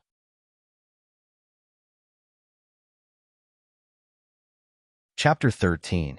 Only then did the person who brought Zhang Xiaohua and the others speak up, joking with the large man. "Now Butcher Lu has heard a good person again. This little brother came from the Guozhuang house and brought news of your family's daughter. This time, you must have scared him so much that he's forgotten." Butcher Lu, on the other hand, didn't mind the villager's words. He patted Zhang Xiaohua's shoulder, causing Zhang Xiaohua to grin and say, "I can tell with one look that this little brother is a broad-minded person. Why would he mind such a small joke?" Zhang Xiaohua looked at his large hand that was used to butcher pigs and thought, "I want to mind you, but you have to lend me some courage. Please don't be so intimate. My body has just recovered." She said, I wouldn't dare. This must be Sister Lu Yaya's father. Looking at your manly posture, it's just as Sister said." Then she added in her heart, "It's Xiong Zi." When Butcher Lu heard this, he was overjoyed and his eyes narrowed. Yaya is still talking about this with you? She. That's right. Why did Yaya and Qianqian go to your Guozhuang house? Are they all right? Only now did he remember to ask about his daughter. Mr. Lu spoke up from the side. Let's talk inside first. Seeing how this little brother is neither too fast nor too slow, the two daughters should be fine. After he finished speaking, he led Zhang Xiaohua and his companions into the house. The villager who led the way said, I won't go in. I'll go back first. I'll call Lu Kai back on the way. Mr. Lu nodded in thanks and watched the villager leave before inviting Zhang Xiaohua into the house for a chat. Zhang Xiaohua entered the courtyard and saw that it was about the same size as her own house. The layout was simple, and there weren't as many farm tools as her own house. The stove didn't seem to be out in the open. There were about 2 rooms in front of her, and there were also 2 rooms on the left and right. She didn't know why Sister Lu had so many rooms when there were only 3 people in her house. When he walked into the front room, he realized the difference between them. There was a painting in the central room of the Lu family. It was a painting of an old scholar. In front of the painting, there were a few plates with fruits, snacks, and other things on them. It seemed that they were offering something. There was a painting on the left wall. It was snowing, and there were a few people enjoying the snow in the pavilion. There were a few calligraphy pieces on the right wall. They looked like dragons flying and phoenixes flying. They should be written very well. It was a pity that Zhang Xiaohua didn't recognize them. There was a square table in front of him. On the table, there was a teapot, a few cups, and a plate of food. There were 2 chairs on the left and right of the table. There was also a small square table and a few chairs on both sides of the wall. On the table, there was a pot with flowers and plants. Looking at the 4 corners of the room, there were also a few plants in the pots. Zhang Xiaohua looked at the house that was completely different from her own house. She sighed in her heart. Is this the difference between a scholar and a farmer? Under her mother's management, her house was also quite clean and tidy. There were also paintings on the walls, but they were just some pictures of immortals. Her mother didn't seem to know how to arrange the flowers and plants in the pots. Zhang Xiaohua's heart skipped a beat. She thought, if Sister Lu manages our house, what will it be like? As Zhang Xiaohua thought about it, he stood there. It wasn't that she was lost in her thoughts, but she didn't know where to sit. There were only a few chairs in her house. Usually, she would stand. Teacher Lu's house had so many chairs. There must be something special about it. She didn't know how to sit. When Teacher Lu saw this, he quickly let Zhang Xiaohua and the others sit. Then, Butcher Lu poured a cup of tea for them and brought it over. Zhang Xiaohua took the teacup and gulped it down in one gulp. Then, he smacked his lips. The water tasted really good. Butcher Lu saw that Zhang Xiaohua had finished drinking, so he quickly poured another cup for him. Zhang Xiaohua and Butcher Lu had been walking for the whole morning, so they were already thirsty. Since the water was so good, the 2 of them drank 4 cups of water in a row before stopping. Butcher Lu's eyes were the same as Teacher Lu's. They were filled with gratitude. Although Butcher Lu was a boorish person who slaughtered pigs, he also knew that they had rushed such a long distance and were so thirsty. It was all to tell his daughter that they were safe. Zhang Xiaohua finished drinking the water. Just as she was about to speak, she heard hurried footsteps from outside the house. Not long after, she saw a scholar who was about the same age and height as her elder brother running in. He must be Lu Qin's brother, Lu Kai. When Lu Kai entered the house, he first greeted Teacher Lu and Butcher Lu respectively. Then, Teacher Lu introduced Zhang Xiaohua and the others to Lu Kai. Lu Kai then greeted them with a bow. Zhang Xiaohua and Butcher Lu didn't know much about these things, so they followed suit and returned the greeting. Lu Kai then asked Teacher Lu, "How is my younger sister?" Zhang Xiaohua looked at the scholar who was obviously much thinner than her elder brother. She thought to herself, scholars really have a lot of etiquette. This brother Lu is really patient. He only asked after seeing such a polite greeting. If it was Butcher Lu, he would have asked directly. Oh right, he must be complaining that brother Lu came at the wrong time. She couldn't help but glance at Butcher Lu, who was also anxiously waiting for Zhang Xiaohua to speak. Sure enough, before Teacher Lu opened his mouth, Butcher Lu said, "You should drink some water first. This little brother hasn't said anything yet, and you're already back." Lu Kai sat on the chair opposite Zhang Xiaohua. He wasn't in a hurry to drink the water. He looked at Zhang Xiaohua eagerly, waiting for him to speak. Zhang Xiaohua then introduced herself and told him everything that happened yesterday in detail. However, she was cautious and didn't say the specific amount of money that the two bullies lost. Zhang Xiaohua's eloquence wasn't very good, and she spoke haltingly. However, even so, the four people in the room listened with fear and trepidation. Teacher Liu, Butcher Liu, and Liu Kai's faces were ashen.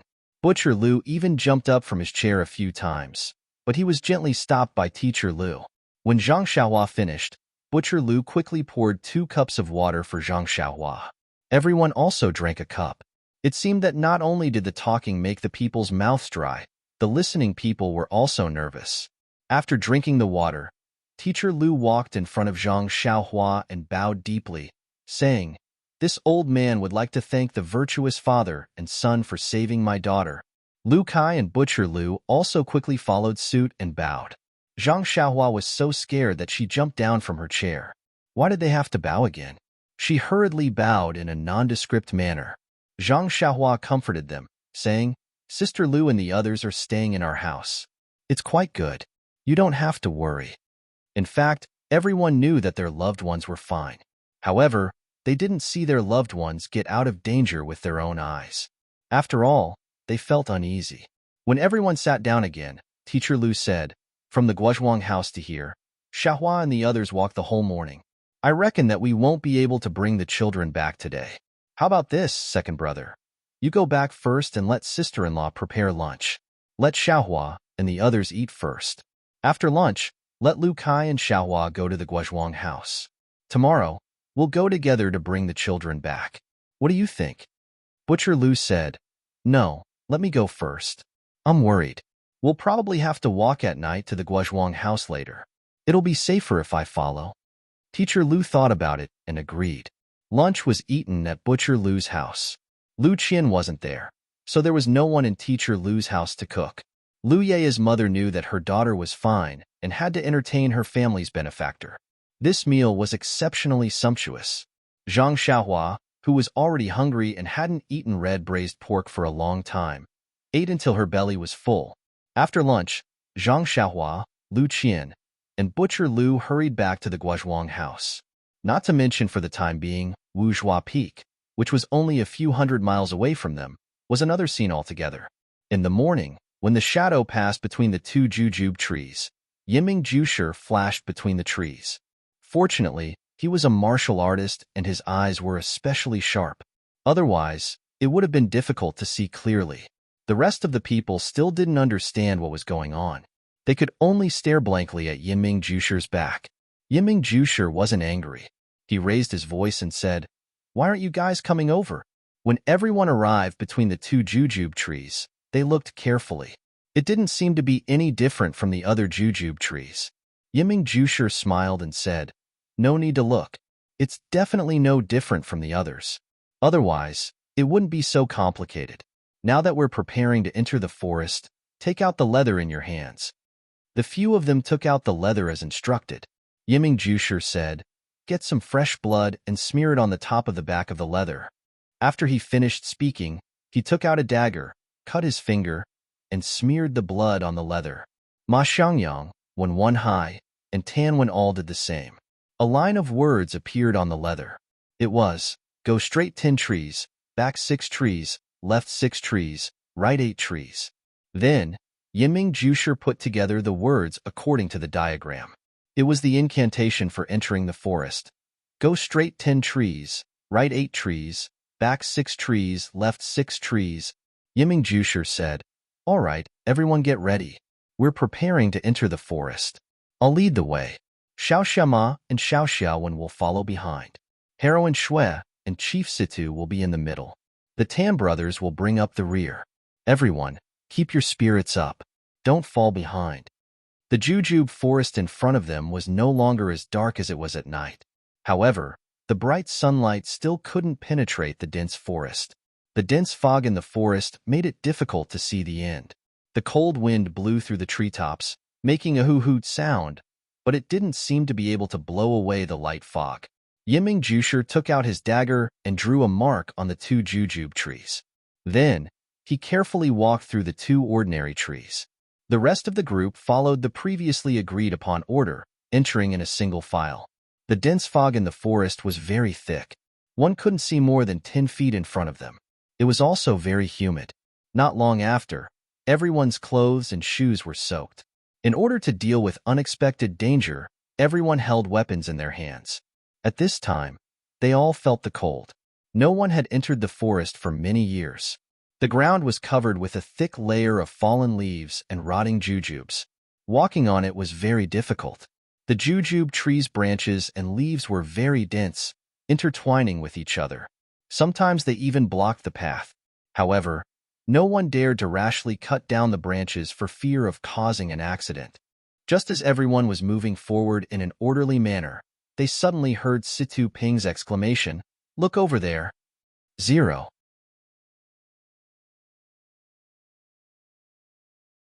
Chapter 14.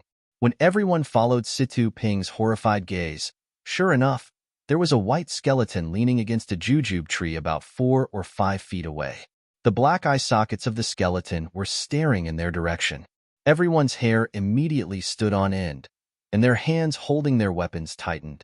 Situ Ping was a member of the Jianghu. She had seen a lot of bloody scenes, and had done a lot of things like murder and arson. How could she be scared by this little skeleton? However, this jujube forest's fierce reputation, this endless fog, and this cold weather, everyone's heart was in their throats, so she couldn't help but cry out. Yiming Jusher and the others stopped and waited for a moment. They didn't see any movement from the skeleton, so everyone started walking again. Situ Ping was a bit embarrassed, but the others didn't blame her. In this kind of unknown environment, anyone would lose control of their emotions. Everyone was worried. As the group went deeper, the number of bones they encountered gradually increased. They even appeared many times along the path. No one dared to avoid them and directly cross them. There were many human skeletons, but there were even more of all kinds of animal skeletons. It seemed that the animals that had mistakenly entered the forest for so many years had innocently entered this strange and mysterious place. They were lost here and could no longer get out. They wandered around and exhausted their strength, and finally lay under the jujube tree, wailing and dying. Thinking of this, the group became even more cautious. Originally, they still had some thoughts of exploring the power of the forest, but now, they completely dispelled it. These people were originally chosen by their elders to be careful and resolute in their actions. Naturally, they would not lose their lives in vain because of a little curiosity in their hearts. This forest seemed to be endless. After walking for a long time, it was still the same scene. If it weren't for the appearance of different bones, everyone would have thought that they had lost their way. Fortunately, they didn't encounter any danger along the way. Everyone calmed down and just wanted to continue moving forward, so that they could get out of this forest as soon as possible. After walking in silence for a long time, Situ Ping, as a local tyrant, began to have some thoughts. Perhaps this was what it meant to be moved after a long period of silence. He didn't know what the others were thinking, but Situ Ping's thoughts were indeed moved. The Evil Tiger Gang was originally based in Lu Town, and this Stoneman Peak was also within the Evil Tiger Gang's sphere of influence. In the past, although he knew that the Five Claw Peak was a dangerous place, he didn't know the method to enter and had been guarding this place for nothing. Now that he knew the method, wouldn't this place be his backyard in the future? However, the other 4 factions were much bigger than her. How were they going to deal with this secret area? Or would she be abandoned after she lost her use? Her life would be in danger. Just as Situ Ping was thinking about her gains and losses, her feet suddenly tripped on a tree root. Her body slanted to the right. Coincidentally, they were walking very close to the edge of 2 trees. As soon as Situ Ping felt her body lose balance, she immediately stopped thinking and kicked in the air. Her body nimbly stood upright and steadily landed on the ground. However, she had already deviated from the area between the 2 trees and was standing next to a jujube tree. This sudden change caused everyone else to stop. Yiming Jusher, Ma Xiangyang, and Wen Wenhai all turned around to look at Situ Ping. Ma Xiangyang looked at the tree root on the ground thoughtfully. Everyone waited for Situ Ping to come out from under the tree so they could continue walking together. However, at this moment, a strange scene occurred. Situ Ping turned around and looked around, her gaze sweeping past everyone as if she didn't see them. Situ Ping's face revealed a panicked expression as she looked around again. She raised her foot to walk, but then stopped, not daring to make any strange movements. Situ Ping's mouth moved as if she was calling out to everyone, but no one could hear her. Seeing this, Yiming Jusher hurriedly used telepathy to speak to Situ Ping. "Can you hear me? If you hear me, nod your head." At this moment, Situ Ping's face was filled with ecstasy. She kept nodding her head like a chick eating rice. Yiming Jusher said again, "Turn left and listen to my instructions. Stop when I tell you to." Situ Ping nodded again. Following Yiming Jusher's instructions, she faced everyone and then walked towards them. It was strange. Situ Ping only took 4 or 5 steps before she reached the place where everyone was standing. Situ Ping's eyes immediately lit up as she saw everyone. Yiming Jusher didn't ask why Situ Ping had fallen. Instead, he asked, "What did you see just now?" Situ Ping said with lingering fear, "When I stood up, I was still surrounded by jujube trees just like here. There was no difference, but I couldn't see any of you. No one responded when I shouted. If you hadn't spoken to me, I would have looked around again." Yiming Jusher frowned in thought. Ma Xiangyang smiled and said to Situ Ping, "Chief Situ, you must be careful where you walk. If you're not careful, you'll lose your life. Lu Town's great foundation will belong to someone else. Take care." Situ Ping bowed his head and said, "Ma, I understand. I'll be careful." Everyone became even more careful on the following road. They knew that this jungle wasn't as peaceful as it seemed on the surface. If something went wrong, they would be trapped and lose their lives here. Situ Ping didn't know, but everyone else did. Shouting was useless. They could only use telepathy. This profound martial art wasn't something that everyone knew. Instead of placing their hopes on others, it was better to be careful. After walking for the time it took for 4 or 5 incense sticks to burn, the number of bones on the road gradually decreased. The fog also thinned. They were about to reach the edge of the jungle. Sure enough, not long after, they saw light in the distance. Yiming Jusher led everyone in a roundabout way, according to the mnemonic chant. They were even more careful. Nothing unexpected happened. The group of people followed the mnemonic chant and walked through the last tree safely out of the jungle. What greeted them was a world that left them dumbfounded. In front of them was a secret land that was as warm as spring. The area of this land wasn't very large. In the middle of the land was a large lake. White fog rose from the lake. Beside the lake was a small house made of stone. Around the house were several fields with plants. They couldn't see clearly from far away. Under the leadership of Yiming Jusher, everyone stepped into this place that no one had set foot in for hundreds of years. Yiming Jusher said to everyone, "According to the booklet, there is no danger in entering the secret land. Everyone can walk without worry. But, for safety, I suggest that everyone move together. Follow me." Then, he walked to the lake. When everyone walked to the lake, a burst of hot air hit their faces. They saw the lake water bubbling. Yiming Jusher squatted down and found a branch to put in the water. Seeing that there was nothing unusual, he thought about how to know the temperature of the lake water. Tanwu came forward and took out an egg from his arms. He said embarrassedly, "I like to drink raw eggs. There are a few left over from yesterday. Now is the time to test the temperature of the water." Then he found a cloth bag and put it in the lake water. Not long after, he took out the egg. Sure enough, it was cooked. This time, everyone's idea of entering the water to explore was dispelled. It seemed that the temperature of this world was different from the outside. It should be related to the lake water. Everyone walked along the lake and walked to the only stone house. Presumably, the treasure that everyone was looking forward to should be inside. After walking half a circle around the lake, they did not see any animals and did not encounter any danger. Everyone's heart was relieved. It seemed that the master's will was not a lie. There were several medicinal fields around the stone house. Most of the medicinal herbs were unknown. After all, they were not pharmacists from the sect. Even the knowledgeable hermit Yinming could only recognize a few of them, such as tianqi, ginseng, atractylodes, golden sunflower, and so on. These medicinal herbs were very ordinary outside, but they were extremely precious here. There was no other reason. Any medicinal herb that had been here for 300 years or longer would be extremely precious.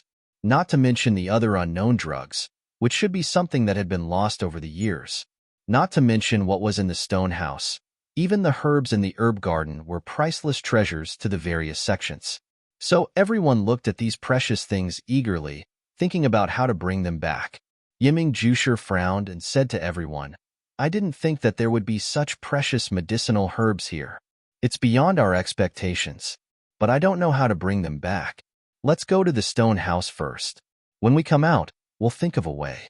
In any case, these medicinal herbs don't have legs and can't run away. Don't be greedy." Everyone smiled and followed Yiming Jusher to the stone house. This was a very simple stone house. It was so simple that it did not have a door. Yiming Jusher walked to the empty door, but did not dare to enter. Although it was clearly written in the book that there were no traps here, he still had to be vigilant. He thought for a moment, then picked up a stone from the ground and threw it in. Listening to it, there was only the sound of a stone falling to the ground. There was no other movement. Yiming Jusher then walked into the stone house with a dagger in his hand. The others also followed. The stone house looked small from the outside, but when everyone went inside, they discovered that the area was quite large. It was like a hall, not a room like everyone had imagined. And the hall was not covered in a thick layer of dust because no one had come here for a long time. On the contrary, because there was no door, the ventilation was good, and there was no smell of dust in the room. Directly across from the hall was a smooth wall. The top was empty, and it felt like there should have been a portrait or something on it in the past. Below the wall was a long table and a square table. There was an incense burner on the long table. Far from the incense burner, there was a small square flat box. And on the table below the long table, there were 4 square brocade boxes casually placed. They had an antique look, and the patterns were not present today. There were 3 chairs on both sides of the square table. They were all placed casually, and there was a praying mat on each chair. There was nothing on the wall on their left, and there was a hole in it.